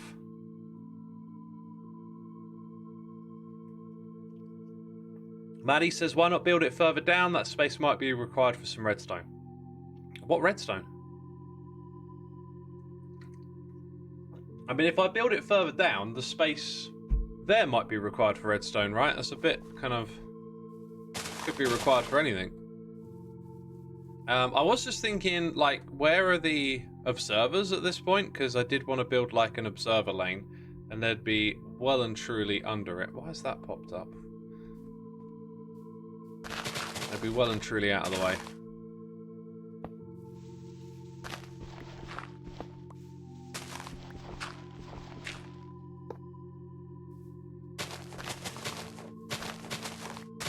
Man, this song's creepy right here. It's a creepy track. Alright, let's go put all these blocks that we're currently not using in here.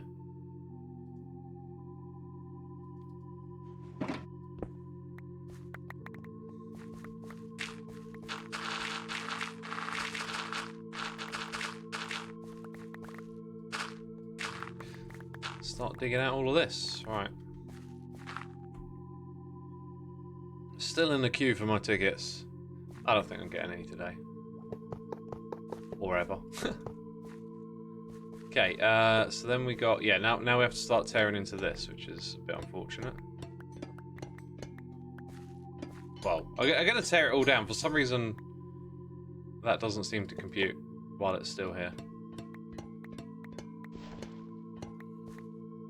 Especially that bit. That bit could get pretty awkward. Fortunately, I think we miss it by one block. Yeah, look. That'll go one more block in.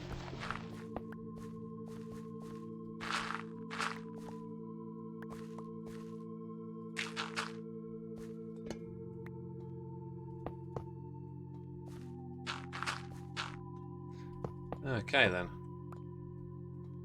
Got to bring this over to this side. Right, so that's that bit. You know what, we didn't actually need to tear out a crazy amount of it. That'll do right there.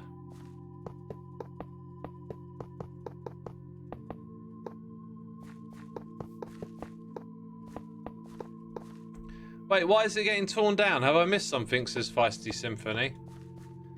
Yeah, I wasn't happy with it, so it's going.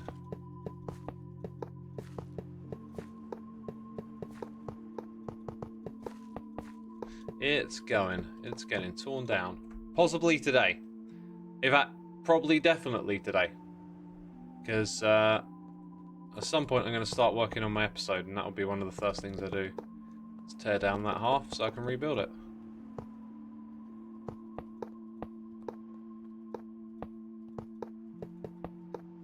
Definitely maybe today.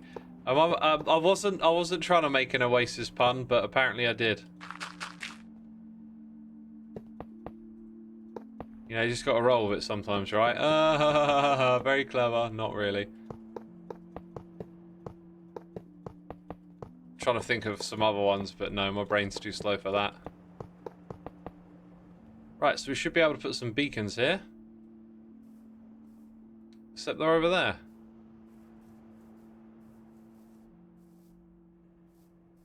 Except they're over here. Hey look, I've got 6 beacons. Although we only need 3. That's why we went and grabbed them all last time. I still think I've got some more I've left somewhere. I just can't figure it out. Any tips on how to get started on an automatically sorted Minecraft storage? How do you decide what goes where? I mean, I don't know about tips to get started, but like it's a big project, so you got to do something, right? I mean, basically start. Like, I can't remember where I started with mine, but yeah, you just got to pick something and go for it, right? Start learning, start figuring out. Alright, so that one's in place. The thing with the next one is, it's going to be way lower down. Way lower down, and we won't have haste, which is just great. Maybe I should push it that way back a bit. It's still going to have the same problem. Going to have the exact same problem.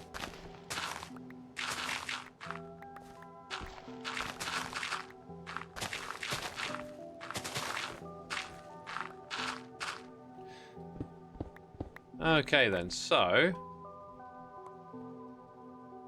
1, 2, 3, and then we build it off of that shape. I think this pick's gonna get destroyed. Hey! Did I read that one out? I'm pretty sure I didn't read this one out 10 minutes ago. Chiwi Pepper, 21 months. Hope you and everyone are having a nice day. I definitely didn't read that out. Thank you so much, Chiwi Pepper. I'm sorry I only just noticed it. Sometimes it's like that. Hi X, first time I caught you on a HC stream of yours. Watched Phasmo the other day. You did great. Thank you, my dude. Thank you. I really enjoyed it. It was a good game. Much more of like a detective-y type thing, right? Trying to suss out what type it was. I wasn't entirely sure what I was in for. I'd seen a little bit of it, and I knew you kind of like had some equipment and you go ghost hunting, but yeah, now that I've played it, it's awesome. Awesome. Hoping we can play it again at some time. Maybe rope Ren in. Ren was supposed to play with us, but I don't know. Like, he's supposed to be back from holiday, I think, right? And I haven't heard from him. It's kind of concerning, but we'll have to wait and see. You just come into the room. Your wife says, your wife has said your Twitch chat asked you to stop making Oasis puns, and you said maybe. I literally only made one, and it was actually accidental, and that was kind of great.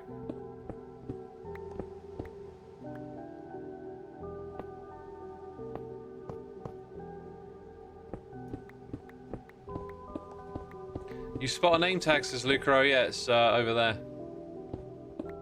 It's definitely about 4 letters long as well. Oh, Etho's not on. Never mind. Never mind. Bit behind. What are we digging here? Oh, we're digging a hole. We're digging a hole. Apparently.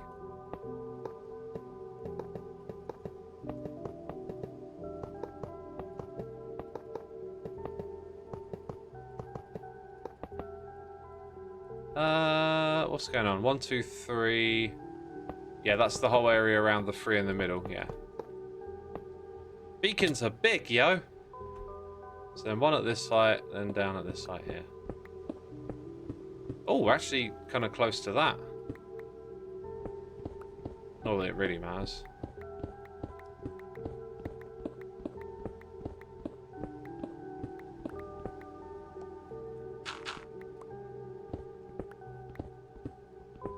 You came in after seeing the stream title. I remember the Ticketmaster awfulness trying to get Taylor Swift tickets. Sending you all the good vibes. Took me 1 week until before my show to secure tickets in the end.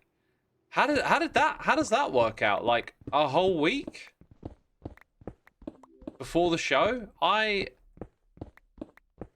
Tell me more. Like, I'm assuming that's not a normal situation with buying tickets. That sounds really strange.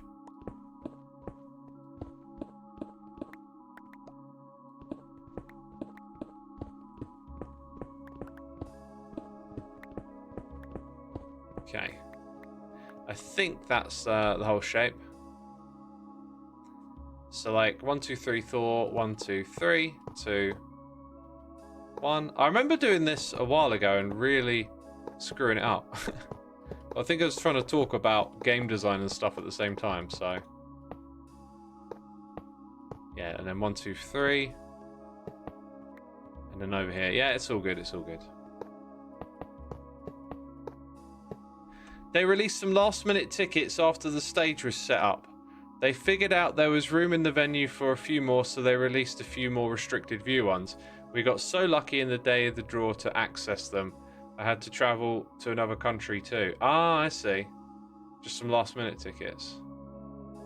I guess that could happen. You missed a block on the bottom layer, X. Lucro, you better not be trolling me. Under the copper? Okay, let's have a look. Oh my god, right there. This is what happens when you try and read your chat. I should be ignoring all of you. Jeez. Looking at another screen while I'm placing blocks. God, it's bound to happen.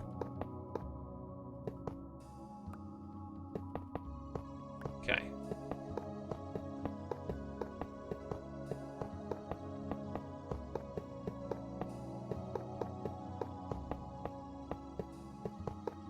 Okay, none missed, right? None missed. Oh, there's a lot missed over there, though.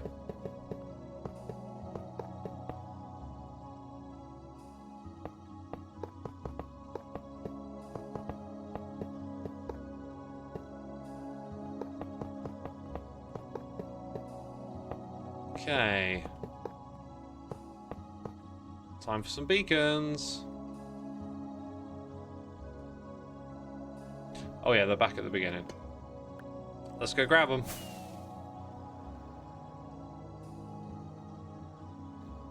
You think I made one side longer? I don't think I did.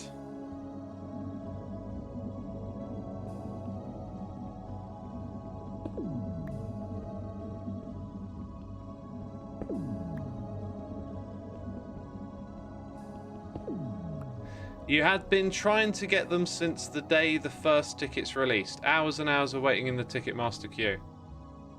That sounds odd, like... Oh, wait, since the first day the tickets released? Do you mean the extra ones? Because they couldn't have had that many extra. I guess, I assume that they'd be able to, like, handle selling thousands of tickets. Like, at a time. But then you don't know. You just turn up and buy tickets. You don't know how many other people are there. Like, and how many you're getting through every minute or something. Like, I still might get Oasis tickets. I don't know. I'll have to wait and see. I think I'm just going to leave my computer on just in case, you know. Right, there's speed 2. Haste and regen. And then resistance 2. Alright, and now we do the pass on the game to just make sure everything's in place. This one here, by the way, this one, the downwards one with 2 armor stands. This one felt a little bit too easy, I thought. As I fail it. Should make it harder. Sorry, easier. Yeah, I might end up just removing the second one in the middle and make it about hitting the one on the far side. Right. Okay, we're going to need to do some inventory management here, I think.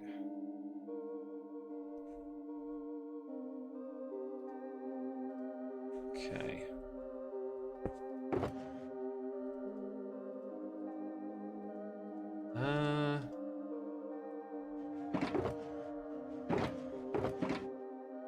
Definitely got a lot of junk. Guess we'll do carved pumpkins next. That'll be fun. Let's get a stack of these together.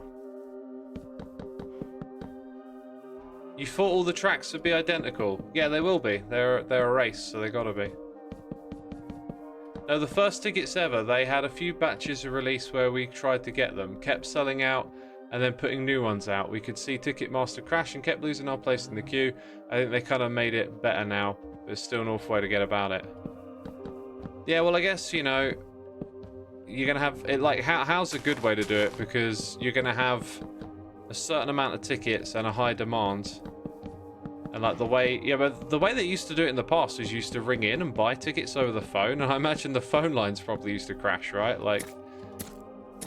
infrastructure isn't built for these like one-off moments of really high demands. They're mostly built for the usual flow of traffic, so they're always going to struggle to figure it out.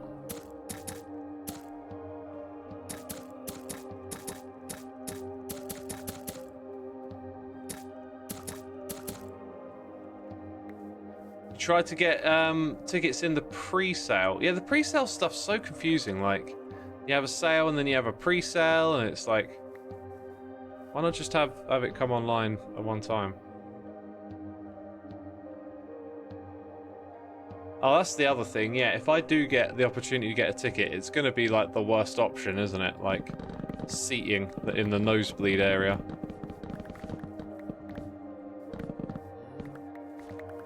Whereas I would like to get like a standing ticket. Okay, let's go try and find our model. Actually, I think I might need to just use the list. Because I can't remember where it is.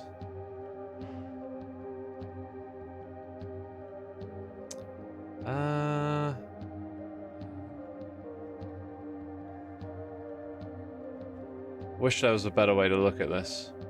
Got my wolf visor. I think it's going to be further towards the end. Bounce pad. 120 to 123. Oh, right. No, wait. That's the golems.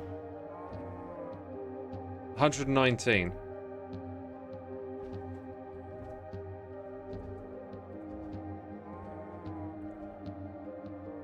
I'll do it right. Set 119.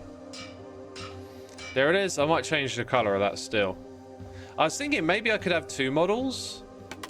And, like, one is the one color of copper, this color on that side, and then you flip it for the other way around.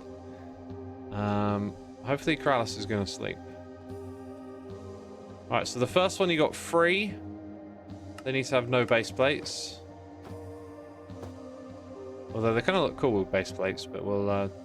Actually, maybe I could leave them on. I think I should turn them off for rendering. Basically, if you don't have a base plate, it's a little less to render. I also need to start putting lighting in this thing at some point. I was going to put, like, glow lichen. Let's go grab some of that. I should have a box of that stuff back at my base. See how far we get with this. I also need more building blocks because we're doing a pass. Hey, look, there's my bed. You might be able to get those premium offers that include some basic packages for standing, but it's like £500. Yeah, I got to see Kendrick Lamar because of that. I really don't like that whole... I don't like how ticket pricing has tiers. I've noticed this is something I've watched happen over like 20 plus years of gigging. And it's not just live music, it's other stuff too. But it feels like where there's been more wealth created in our society and there's more money floating about, it feels like they sort of price gouge on a curve because there will be wealthier people with more money to buy pricier tickets. Whereas in the past, it was kind of like one price for everyone. And now you get all these like VIP packages and stuff. And so they can start finding that kind of middle to upper class crowds or whatever, you know. Even like from like, even in like the lower class bracket of, let's say, people that have wealth and how much they can afford, it's like they'll find ways to tier the pricing there as well to get a little extra out of you. So then you see all these like premium package tickets coming along, and then it feels like the ticket prices then reacted to that because they could sell all this premium stuff. They've been raising the prices of tickets more and more because it cuts people at the bottom off, but there's enough people above them to keep selling all of those tickets. So it becomes like more of a, I don't know, privileged or whatever, right? Like you're cutting off everyone from having the ability to go to live shows and stuff by like continuously increasing these ticket prices. I don't like that. I think it would be just one price for everyone and everyone should be able to access it. Okay, let's grab that. And yeah, I've just watched it kind of go out of control over the years, right? It used to be ticket prices were pretty flat. Obviously, they were lower. Inflation's a thing too, but we're talking, you know, there would just be one price to go to a show, and that was it. Matty says, super extra ultra ticket package 2000. You will have 5 seconds long meet and greet with the band. Yeah, this is what I'm talking about. So they do all these packages with like meet and greets and stuff, and you know, you'll look at some of them and be like, oh my god, that's insane. Like, you know, you'd pay $1,000 for a ticket, but some people have got the money to go, yeah, I'll pay $1,000 for a ticket and go meet them or whatever, right? So you've got like a range of people that have different wealth in society, and now like the ticket pricing has changed to try and target all of them so they can get more money by offering these packages from people with more money. But then in doing that, I think they've realized that there's enough people with more money that they can sort of hollow out the bottom ticket pricing. So now like a show like Oasis, 150 quid apparently is like the lowest price ticket. That's just insane. That's just insane to pay that much money Oh, what happened here? What happened here? Looks like there's been some farting about.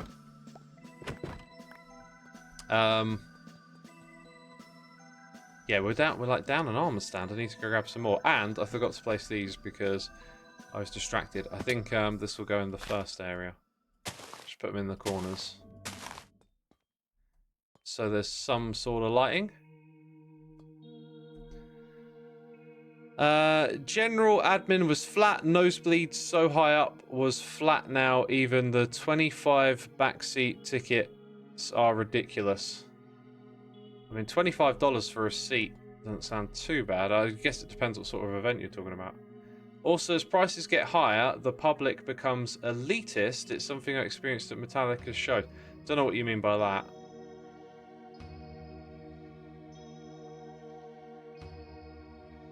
Don't forget the deluxe upgrade where you can take a picture of them. 5k more. 150 is the lowest for standing. Lowest is 73 for seated. Yeah.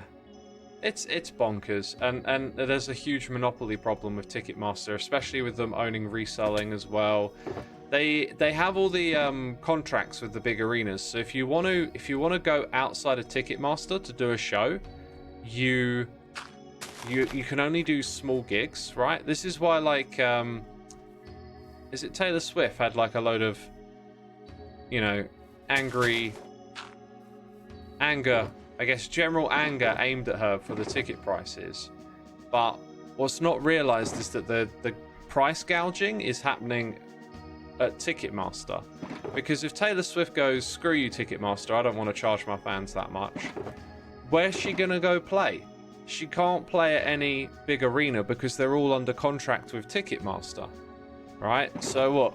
Is she going to go play a show in front of 500 people in a dingy little club?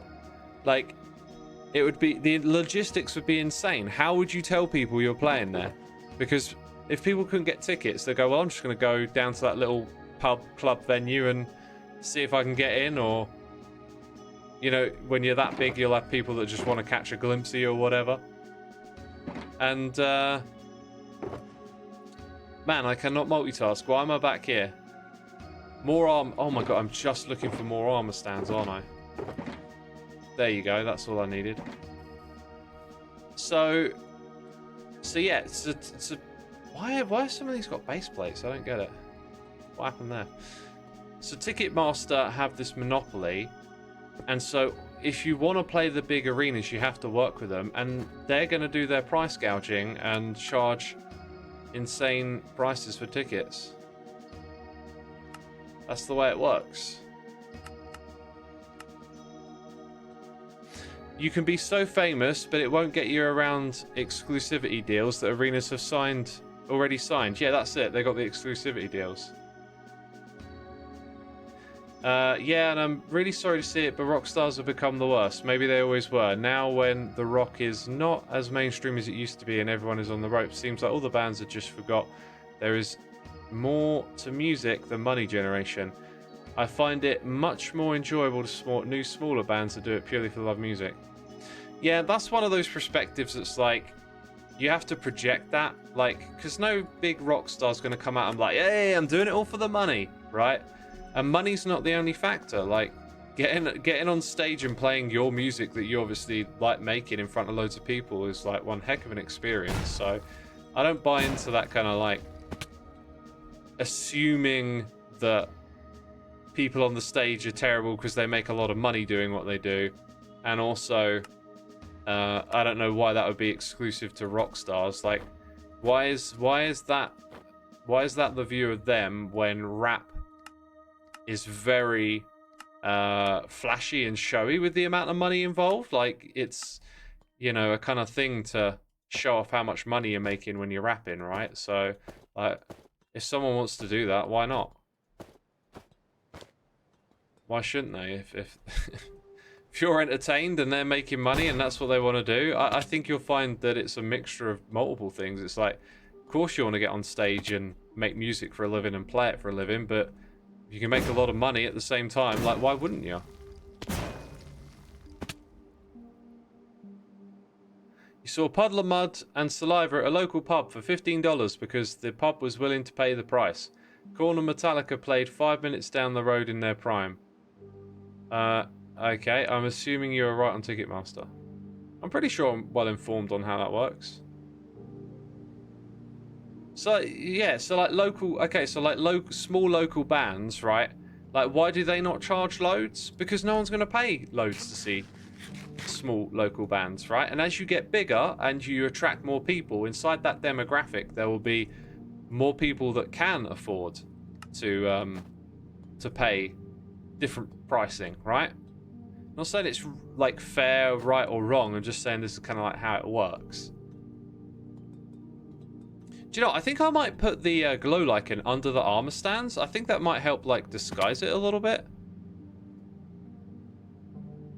Where are my shears? There they are.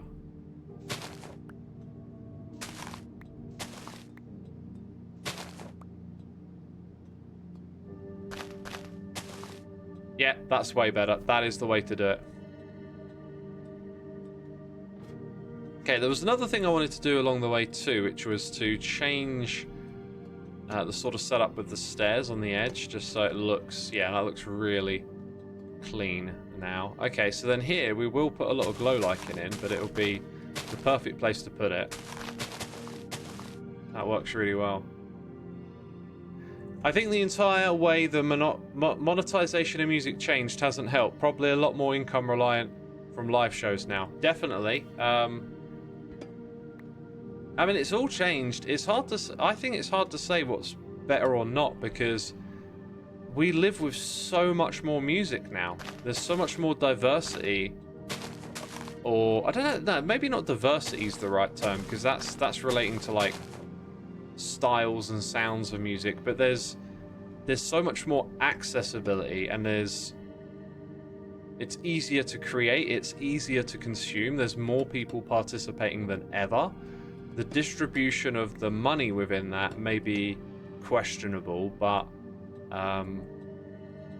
yeah, the way in which, you know, the library of music you can enjoy is expanded is incredible. Incredible. Did Oasis break it? Yeah, Oasis broke the internet. No surprise. No surprise. Right, let's go sleep in the bed.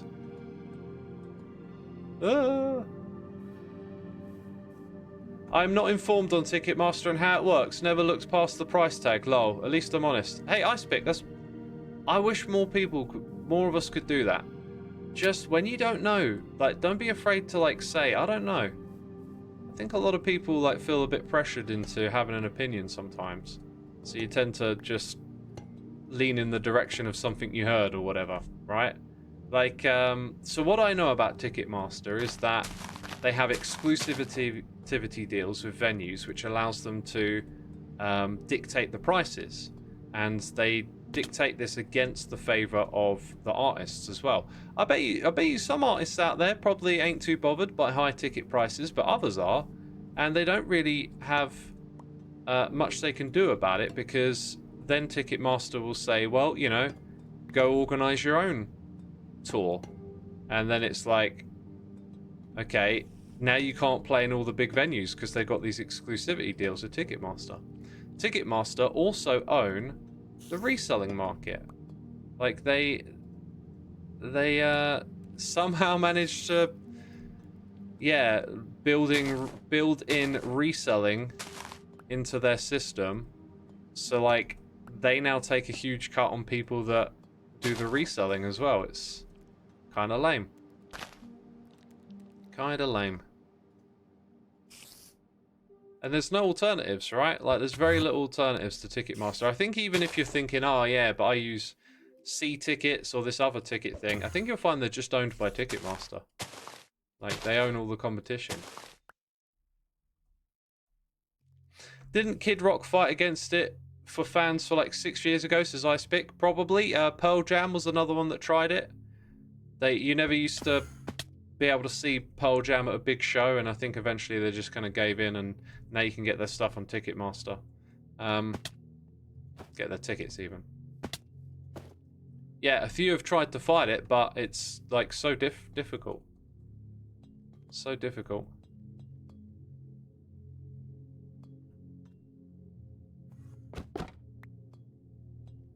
No, definitely, I get that. I have nothing against a musician making a fortune. I know how much hard work it takes, and at the end of the day, they bring happiness to a lot of people. It's just more critical for the lack of activism where bands should say, okay, enough is enough and boycott the monopoly. For example, Pearl Jam in the 94 against Ticketmaster. Yeah, Pearl Jam, I think their feud with Ticketmaster lasted like over 10 years, right? It's only recently that they sort of came back onto Ticketmaster, or maybe I just only noticed it. Yeah, it's a really weird thing, but like the whole collective activism, union type behavior, right? It's a really tricky thing because it doesn't take a lot of people to go to have a difference for it to not work, right? So like, can you imagine trying to orchestrate everyone to agree not to work with Ticketmaster, and then you're telling people who, you know, remember there's bands at the level that like, hang on a minute, this is our income. Like, what do you mean don't go on tour, don't work with Ticketmaster? There'll be people that will struggle to get on board with that. Then there'll be bands and artists that are like, well, you can do that, but I'm gonna, while you're not touring, I'm gonna go on tour, because, you know, they just don't think and feel the same way about that kind of stuff, right? So it's like extremely difficult to get such a broad and large amount of people on the same page together. I think it takes something at the regulatory level to change what Ticketmaster is, to break it up as a monopoly or whatever it's classified as. And problem with a lot of politics is that it's yeesh, is that it's brought, isn't it? You know, Ticketmaster probably have a lot of money into lobbying to make sure that their business model stays the same way it is.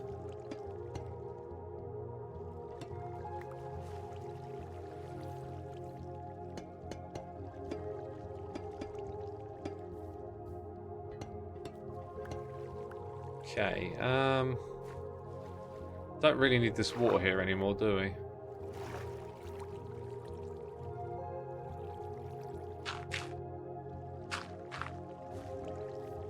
Honestly and true, I watched Oasis in 2002 and they were not great. It's a big thing in my area as I was born and bred Manc. But after last time it was awful. Well, you don't know what the quality of this show is going to be. They could have a real good go at making it special and putting on a great show this time, or they might just be turning up for a paycheck, or they might be trying to push some of their solo music, right? They've both got solo careers, and, you know, this might be an opportunity for them to both play some solo stuff as well. You know, you don't know quite know what it's going to be, but I wouldn't rule it out before it's happened, unless they're like obvious signs that, you know, something ain't going to be quite right.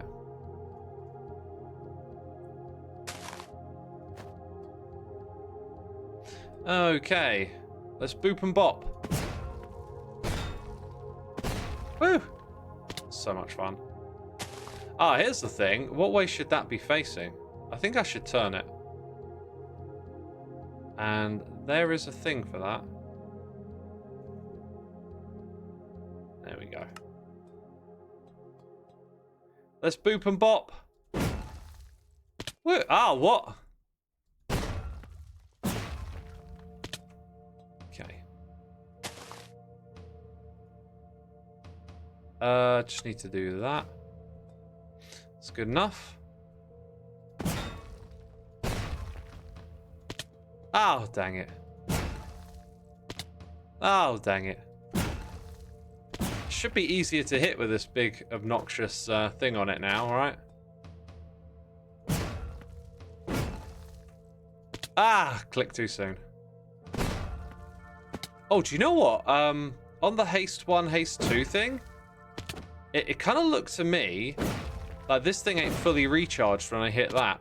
I have no idea if how recharged it is affects how high you can go, for example. So like if I click and click again, Kind of feels like it doesn't. Click, click. Well, let's try and do that faster. So click, click. Click, click. Click, click. Now I'm about the same. Click, click. So I don't think we actually need the haste beacon, but that's fine. Who is it who aced this first time? I think it might have been Pearl, just sort of like ran through this like it was nothing. Woo! Oh, it's timing. This is really well designed, this bit here. Because the way you can just like go straight into the next one. Just drop back. Give it another... Oh, my wings activated.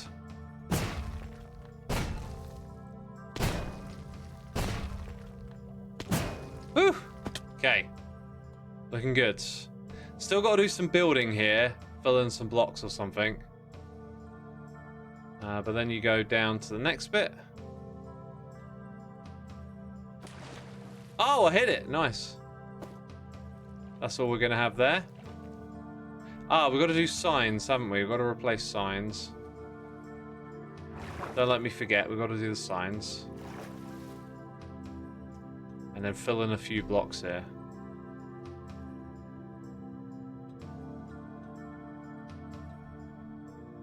In the Philippines, the entire thing is controlled by like 2 companies. So it means we pay like $500 to see the big artists, and then when minimum wage is $1 per hour, 500 hertz. Yeah, that's that price gouging thing where it's like there's enough.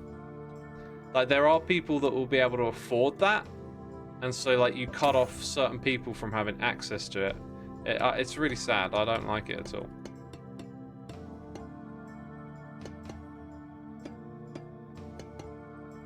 At the end of the day, it's the band's decision if they want to or not. Their choice shouldn't be judged or criticized. I'm not sure if you should like, if a decision should be free of criticism, right? I mean, well, you know, you can offer like a different perspective on their decision, I guess. But I wouldn't like preemptively presume anything. Is kind of my thing. Like, if they put out a statement on where they stand, then it's kind of like becomes a bit more in the court of public opinion after that, I think.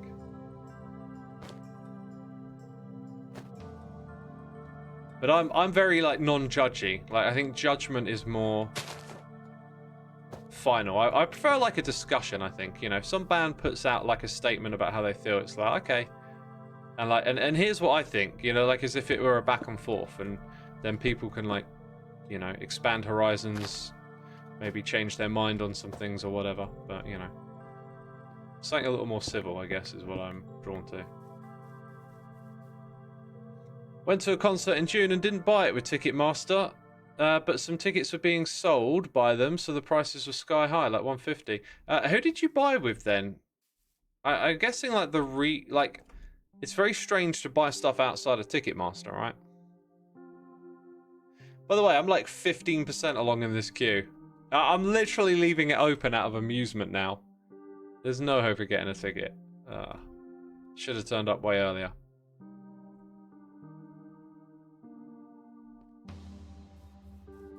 Right, I think we're up to that bit, right?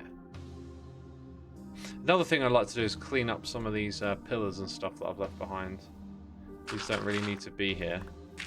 Because there's a whole other layer to this, which is like, once we've built this twice, I want to build a whole encased area either side, like with an aesthetic that takes you between all the different spots. And that's going to be tricky to figure out. Like, see, so if you're a observer, you can like traverse back and forth, is the idea. And watch the thing from multiple spots. Ah, yeah, every other one of these won't have a lighting source. Wow. I've just realized something. There's over like a stack of armor stands in this course. And we still ain't all the way there yet. What about these bits? Yep, these bits. Change that up.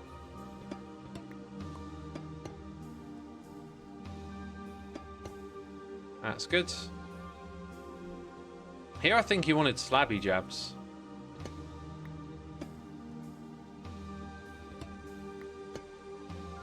Yep, slabby jabs again. I think. Yeah.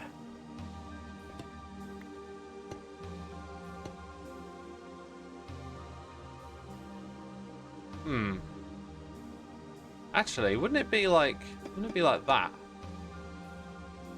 And then that would be a full block. To keep it consistent, you know? Which is what we're trying to do. Oasis, did they get back together?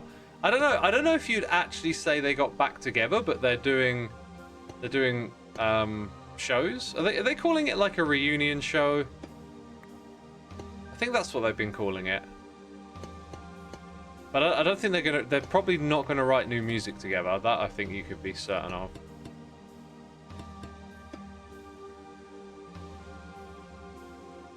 Okay, that's all correct. Then we get to this stage where we need our stairs again.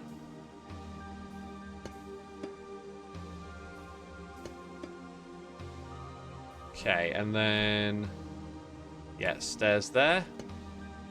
And again here. And again there. And we're out.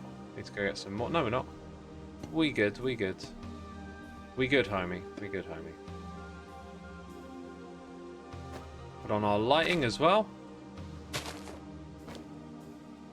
I'm gonna be like one short. Oh no, you know how this works. I'm gonna be like one of these short. There's 5 left. And how much more of this is there to do? 1, 2, 3, 4, 5. Oh! I'm not one short. Okay, I just had an amazing idea. I've got a new mini game.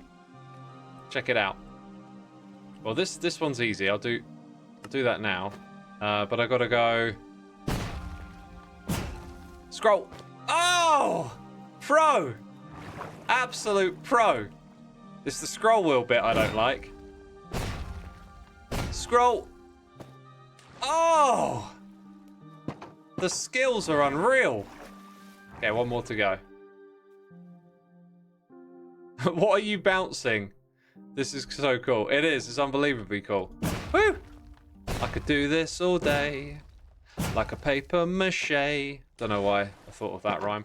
Right, signs are all that's left to do. And then I'm pretty sure this thing is done. Well, apart from the very last bit. It's just gonna be a drop into a pool of water, basically, isn't it?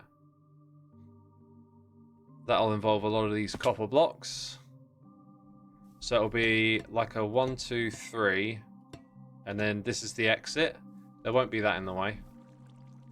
I can actually start to remove that if I want to, since we're not using it anymore.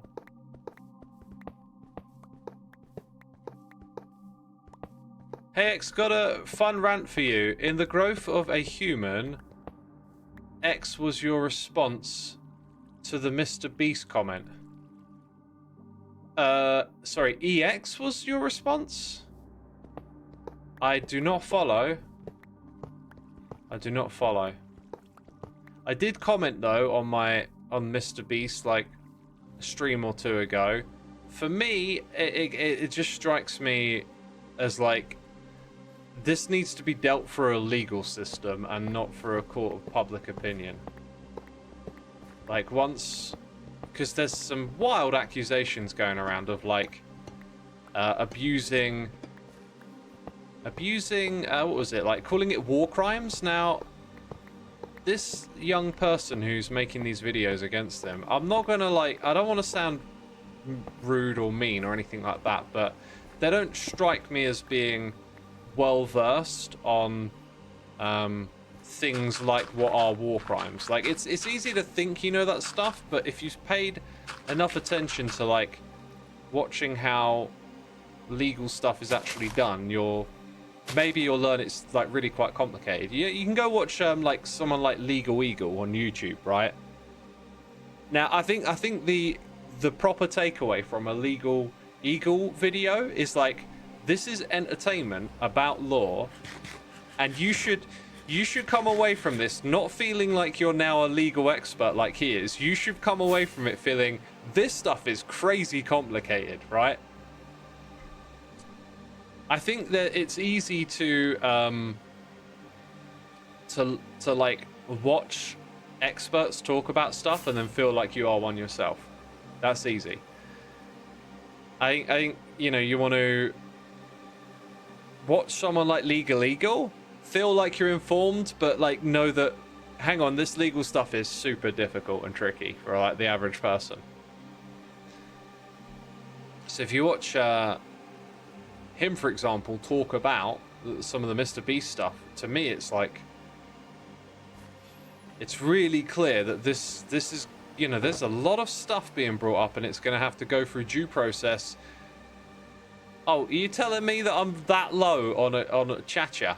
I'm that low on Cha-Cha wood? You'll be kidding me.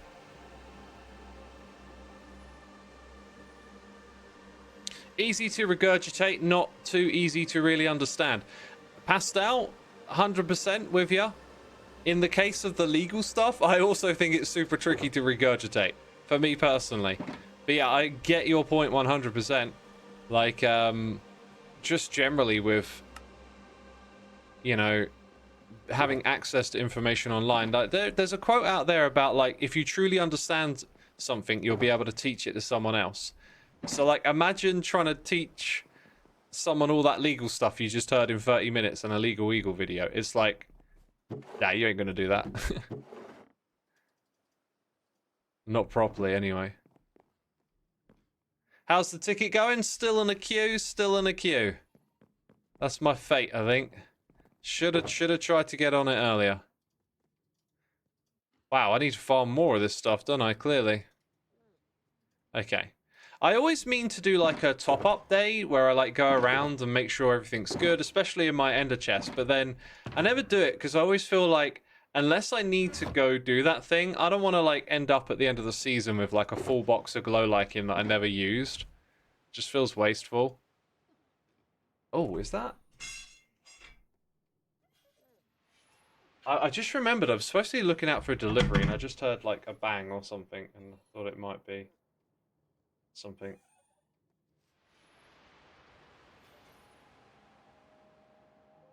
Yeah. Anyway, waiting for a delivery all day. Don't know when it's going to turn up. Your partner is a lawyer and the amount of research and education they have to do is so wild. I don't understand most of what they do. Yeah, it really is, isn't it? From watching a few legal shows in the past, like Better Call Saul had a little bit of it, you see these moments of like the crazy amount of paperwork they have to do. It's wild. Right, so we got our signs. I'm sure there's going to be a little bit more. I think we want to do the building at the end a bit more. Put in the signs, but then it's very close to being complete, basically. Very close. So yeah, so on all the Mr. Beast stuff, basically my thing at the moment is like, this isn't one of those like he's been caught doing something heinous that everyone implicitly knows is terrible, and you've been caught red-handed and you're a scumbag. Like, it strikes me as being quite one of those things where I'm sure that guy who's disgruntled and making these videos has been wronged in some sort of way, right? But like, sometimes when you work in groups of people, you can just end up by no fault of anyone with bad stuff happening. It's kind of hard to describe. I've experienced it.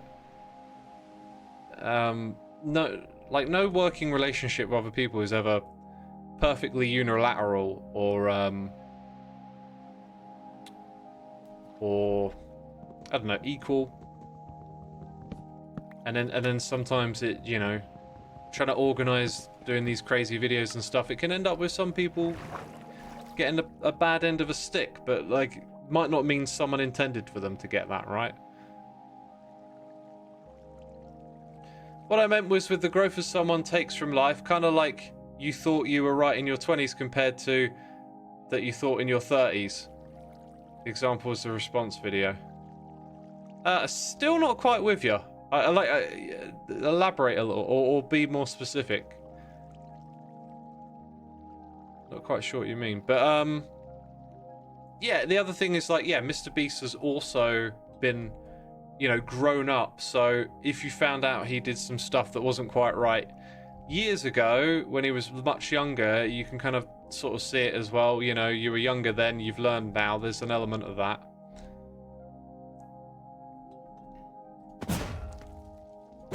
This one here is surprisingly fun.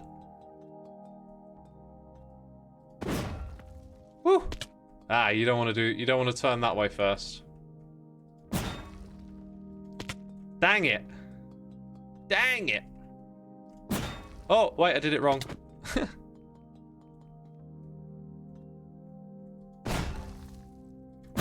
Woo! Oh, man, it's tricky. This is actually like not the play experience I really wanted to aim for. I've got an idea on how to make this a little easier here, but because I wanted it to be a race, remember, but we do need to increase the difficulty as we go. Like I kind of wanted a penalty to not sort of set you all the way back to the beginning, which is what it's doing right now. Because imagine the other racer just gets through this first time.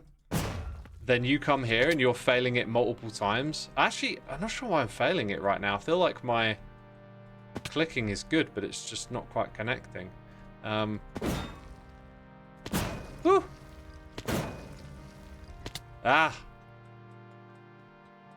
Yeah, I don't like, if someone else just did this in one go, I'd be so far behind right now, which is not the kind of race experience I was looking for. So I might find a way to make this a little easier. Maybe just put a few extra armor stands here and there. Oh, that's better. That's really good.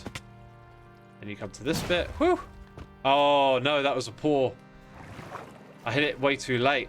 You've got to hit it sooner. You've got to be above the next one, right? Ah, painful. Go again. There is a nice restart time on this one. Just in here and off you go. That's awkward.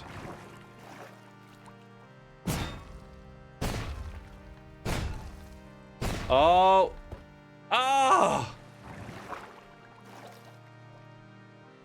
Yeah, you got to be real good at this. You're going to have to practice a lot to do a race with, like, hitting everything first time. Oh, I still feel a little bit mixed about how difficult this is or not. Should it be easier? Ugh. Just got there. Just got there. This is the last bit. So we'll let them drop down straight away. How's it looked aesthetically before? We have done that. Yeah, this is the drop down I think I'm going to go with. That kind of shape. So 2 blocks. Maybe I'll put some copper grates like that as well. That'll probably look half decent. Do I have any on me? Of course not. Anyway, enough rambling about the game. So, as we get older, we think differently. We grow up, yet no matter how old we get, we always look back and say, wow, I said that. It's kids difficult, just a yes or a no, but more of a philosophical question approach. Yeah. I don't know if there's like a certain point in time where that maturity perhaps levels out. Like at 80 you're gonna say I can't believe what I used to think when I was 70. But definitely like 20s, 30s, yeah, there's some big evolution there. I've kind of forgotten what I came back for again. Oh yeah, copper grates. They're great. You haven't watched Hermitcraft for a long time. Dang, you've been missing out. You've been missing out. Oh, they're there for a reason, are they? What can I say? Always amazing stuff going on Hermitcraft.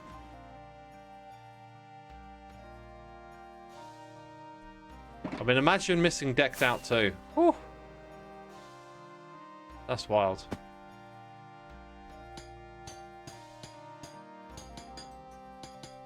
think I'm just going to copy, even though we don't need this much, if I do it the way we did before, we know that looks good. So it's going to have the same one as that over there. Does it go up around the corner as well? It does.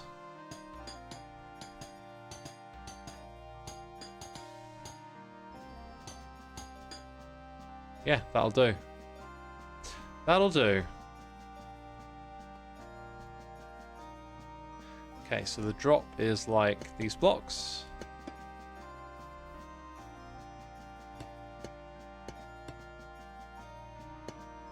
Who else is on the server right now? Fella called Camralis, newest member of Hermitcraft. Please don't spoil that though. I can trust all of you to keep that to yourself, right?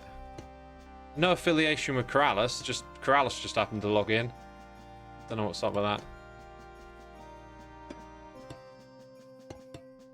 You haven't watched since season 7. Dang, you missed out on so much amazingness. Moon's big, you know. Do not... What's this about, mate? Not making a drop down at the end. I'm trying to look at my tickets here. Oh, draft just opened my door. That's always a bit scary.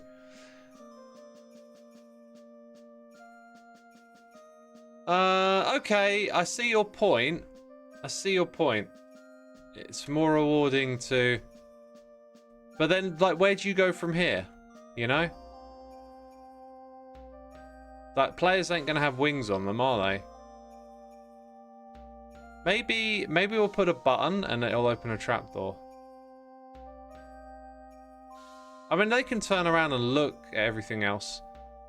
Or maybe actually we have a platform that goes across and connects. Or something, like you press a button. Yeah, I think, actually, yeah, I'll keep it a bit open-ended. We can make it so there's like a platform you have to walk across up there. I don't have to figure it out this minute, but... we'll put something in up there. Where am I in the queue? I haven't even been given a number yet. I wonder when Twitter's gonna... Or Twitter? I don't know why I thought of Twitter. I guess it's a good place to get this kind of information, but like... When people start, like, realizing all the tickets are sold out, I wonder if it will, like, spread on Twitter or something, you know? Oh, the tickets are gone. Because I don't think Ticketmaster do that, do they? They don't tell you.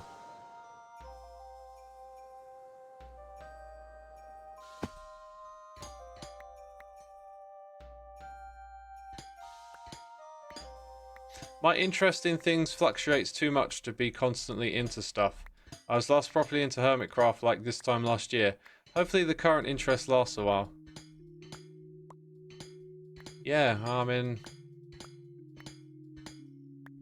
Some people are like that. Some people are into one thing at a time.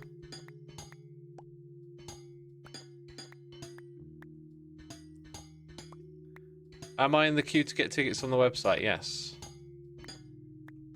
So this time, let's go. You have your usual little ending bit, and then I might change up the color scheme or something here. But then we're going to turn the corner.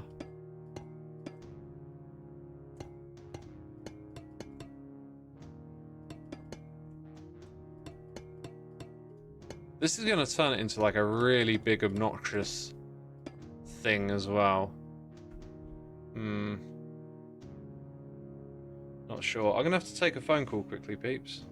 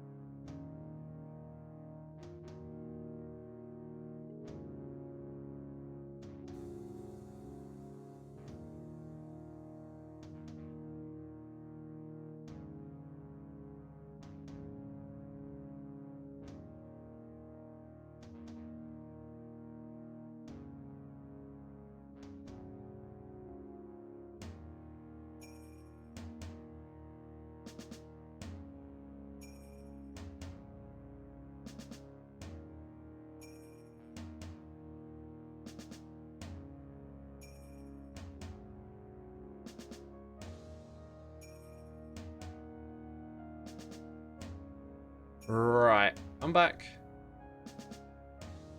I'm back. I'm not sure if I want to rush into doing this or not, actually, because I'll tell you what, I'll probably build something to like disguise this around the front. Yeah, okay.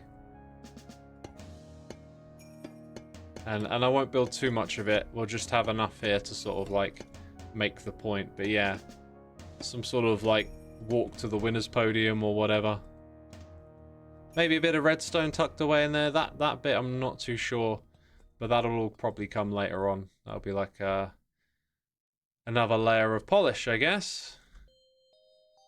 Thanks for the welcome backs. I think I remember you saying you wanted there to be an observation deck between the courses that the hermits could watch the race. You reckon that might be good at the end here? I didn't think about that. Like, if you're here, you can see a heck of a lot of this bit, but then you miss out on all of that. So what I was going to do was build terrain here where you could kind of like go across, like walking around. And then also at this level here. I think that'll work best. So yeah, if I had thought of that, you know, I could have designed this different. It's one of those things with making games and stuff, is that there's all these different ideas, and they kind of like, they make other things have to change. So if you all of a sudden you're like, hang on a minute, I want to watch the whole race from a single point, you could do it, but you'd have to change this bit so it would turn the corner, and then you could see what's going on there, and it would turn again. And I didn't exactly sit down and like consider it at that level, but it is a nice consideration. But I'm gonna kind of leave it there, I think. Not making any more big changes. Leon Eats You, thank you for gifting a sub to Ryletticraft.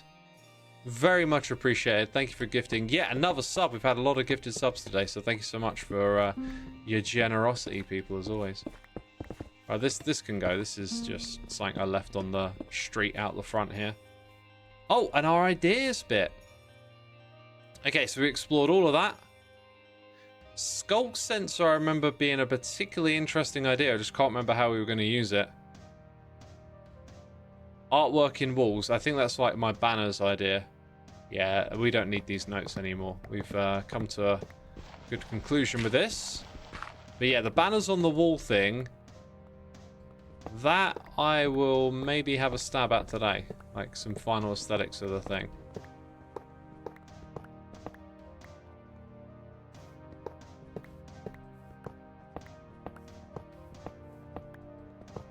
Red bottom and a firework, lol. Fireworks might be a thing. They might become a thing here. Oh, it's my inventory full. I think it's filling up, isn't it? It's always filling up.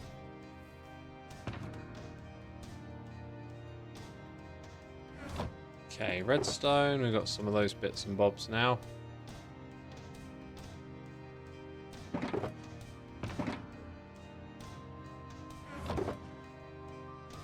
Some of that back. Do I have one for... Here we go, here we go.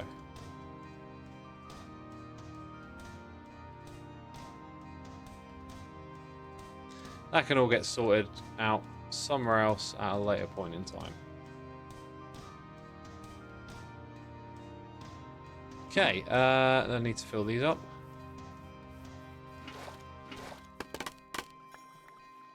Was there a moving armor stand part? Nope. Can't move them.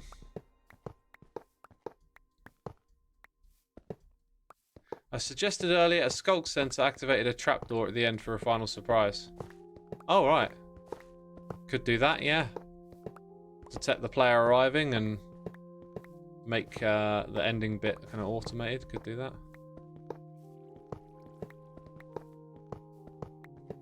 What about using honey to move armor stands? Doesn't work.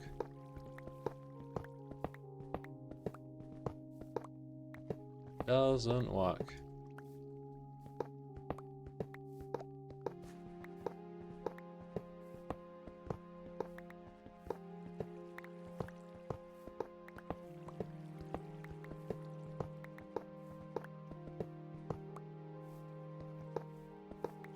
surprised this pick hasn't broke with the amount of digging we've done. Digging out the bits for the beacons. Right, so this is no longer needed. And that's pretty much everything cleaned up for the proper thing. Which I'm happy with. Let's do a bit of tidying up. These down here. Those up there.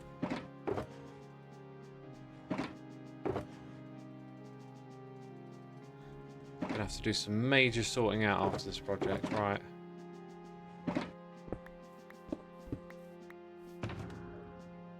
Oh, I put my shovel in there? When did that end up in there? That's wild. I do not understand. I'm still in the queue. I'm still in the queue, people. If you wanted your update. Right. There you go. That is Mace Race. Looking mighty fine. I'm going to grab a screenshot there. And log out, because that's the end of the stream. Hope you all enjoyed it, my friends. Thank you as always for sticking around. Hope you've been entertained. I'll be back again Monday, probably. We'll see what happens, though. Are we going to do a raid? Is that a thing? I think it's a thing. Who could we raid? Oh, it doesn't let me search for people I follow. That's brilliant. Well, I'll send you to a random Minecraft channel then. How about that? Alright. Take care, everyone. I'll see you later. Bye-bye.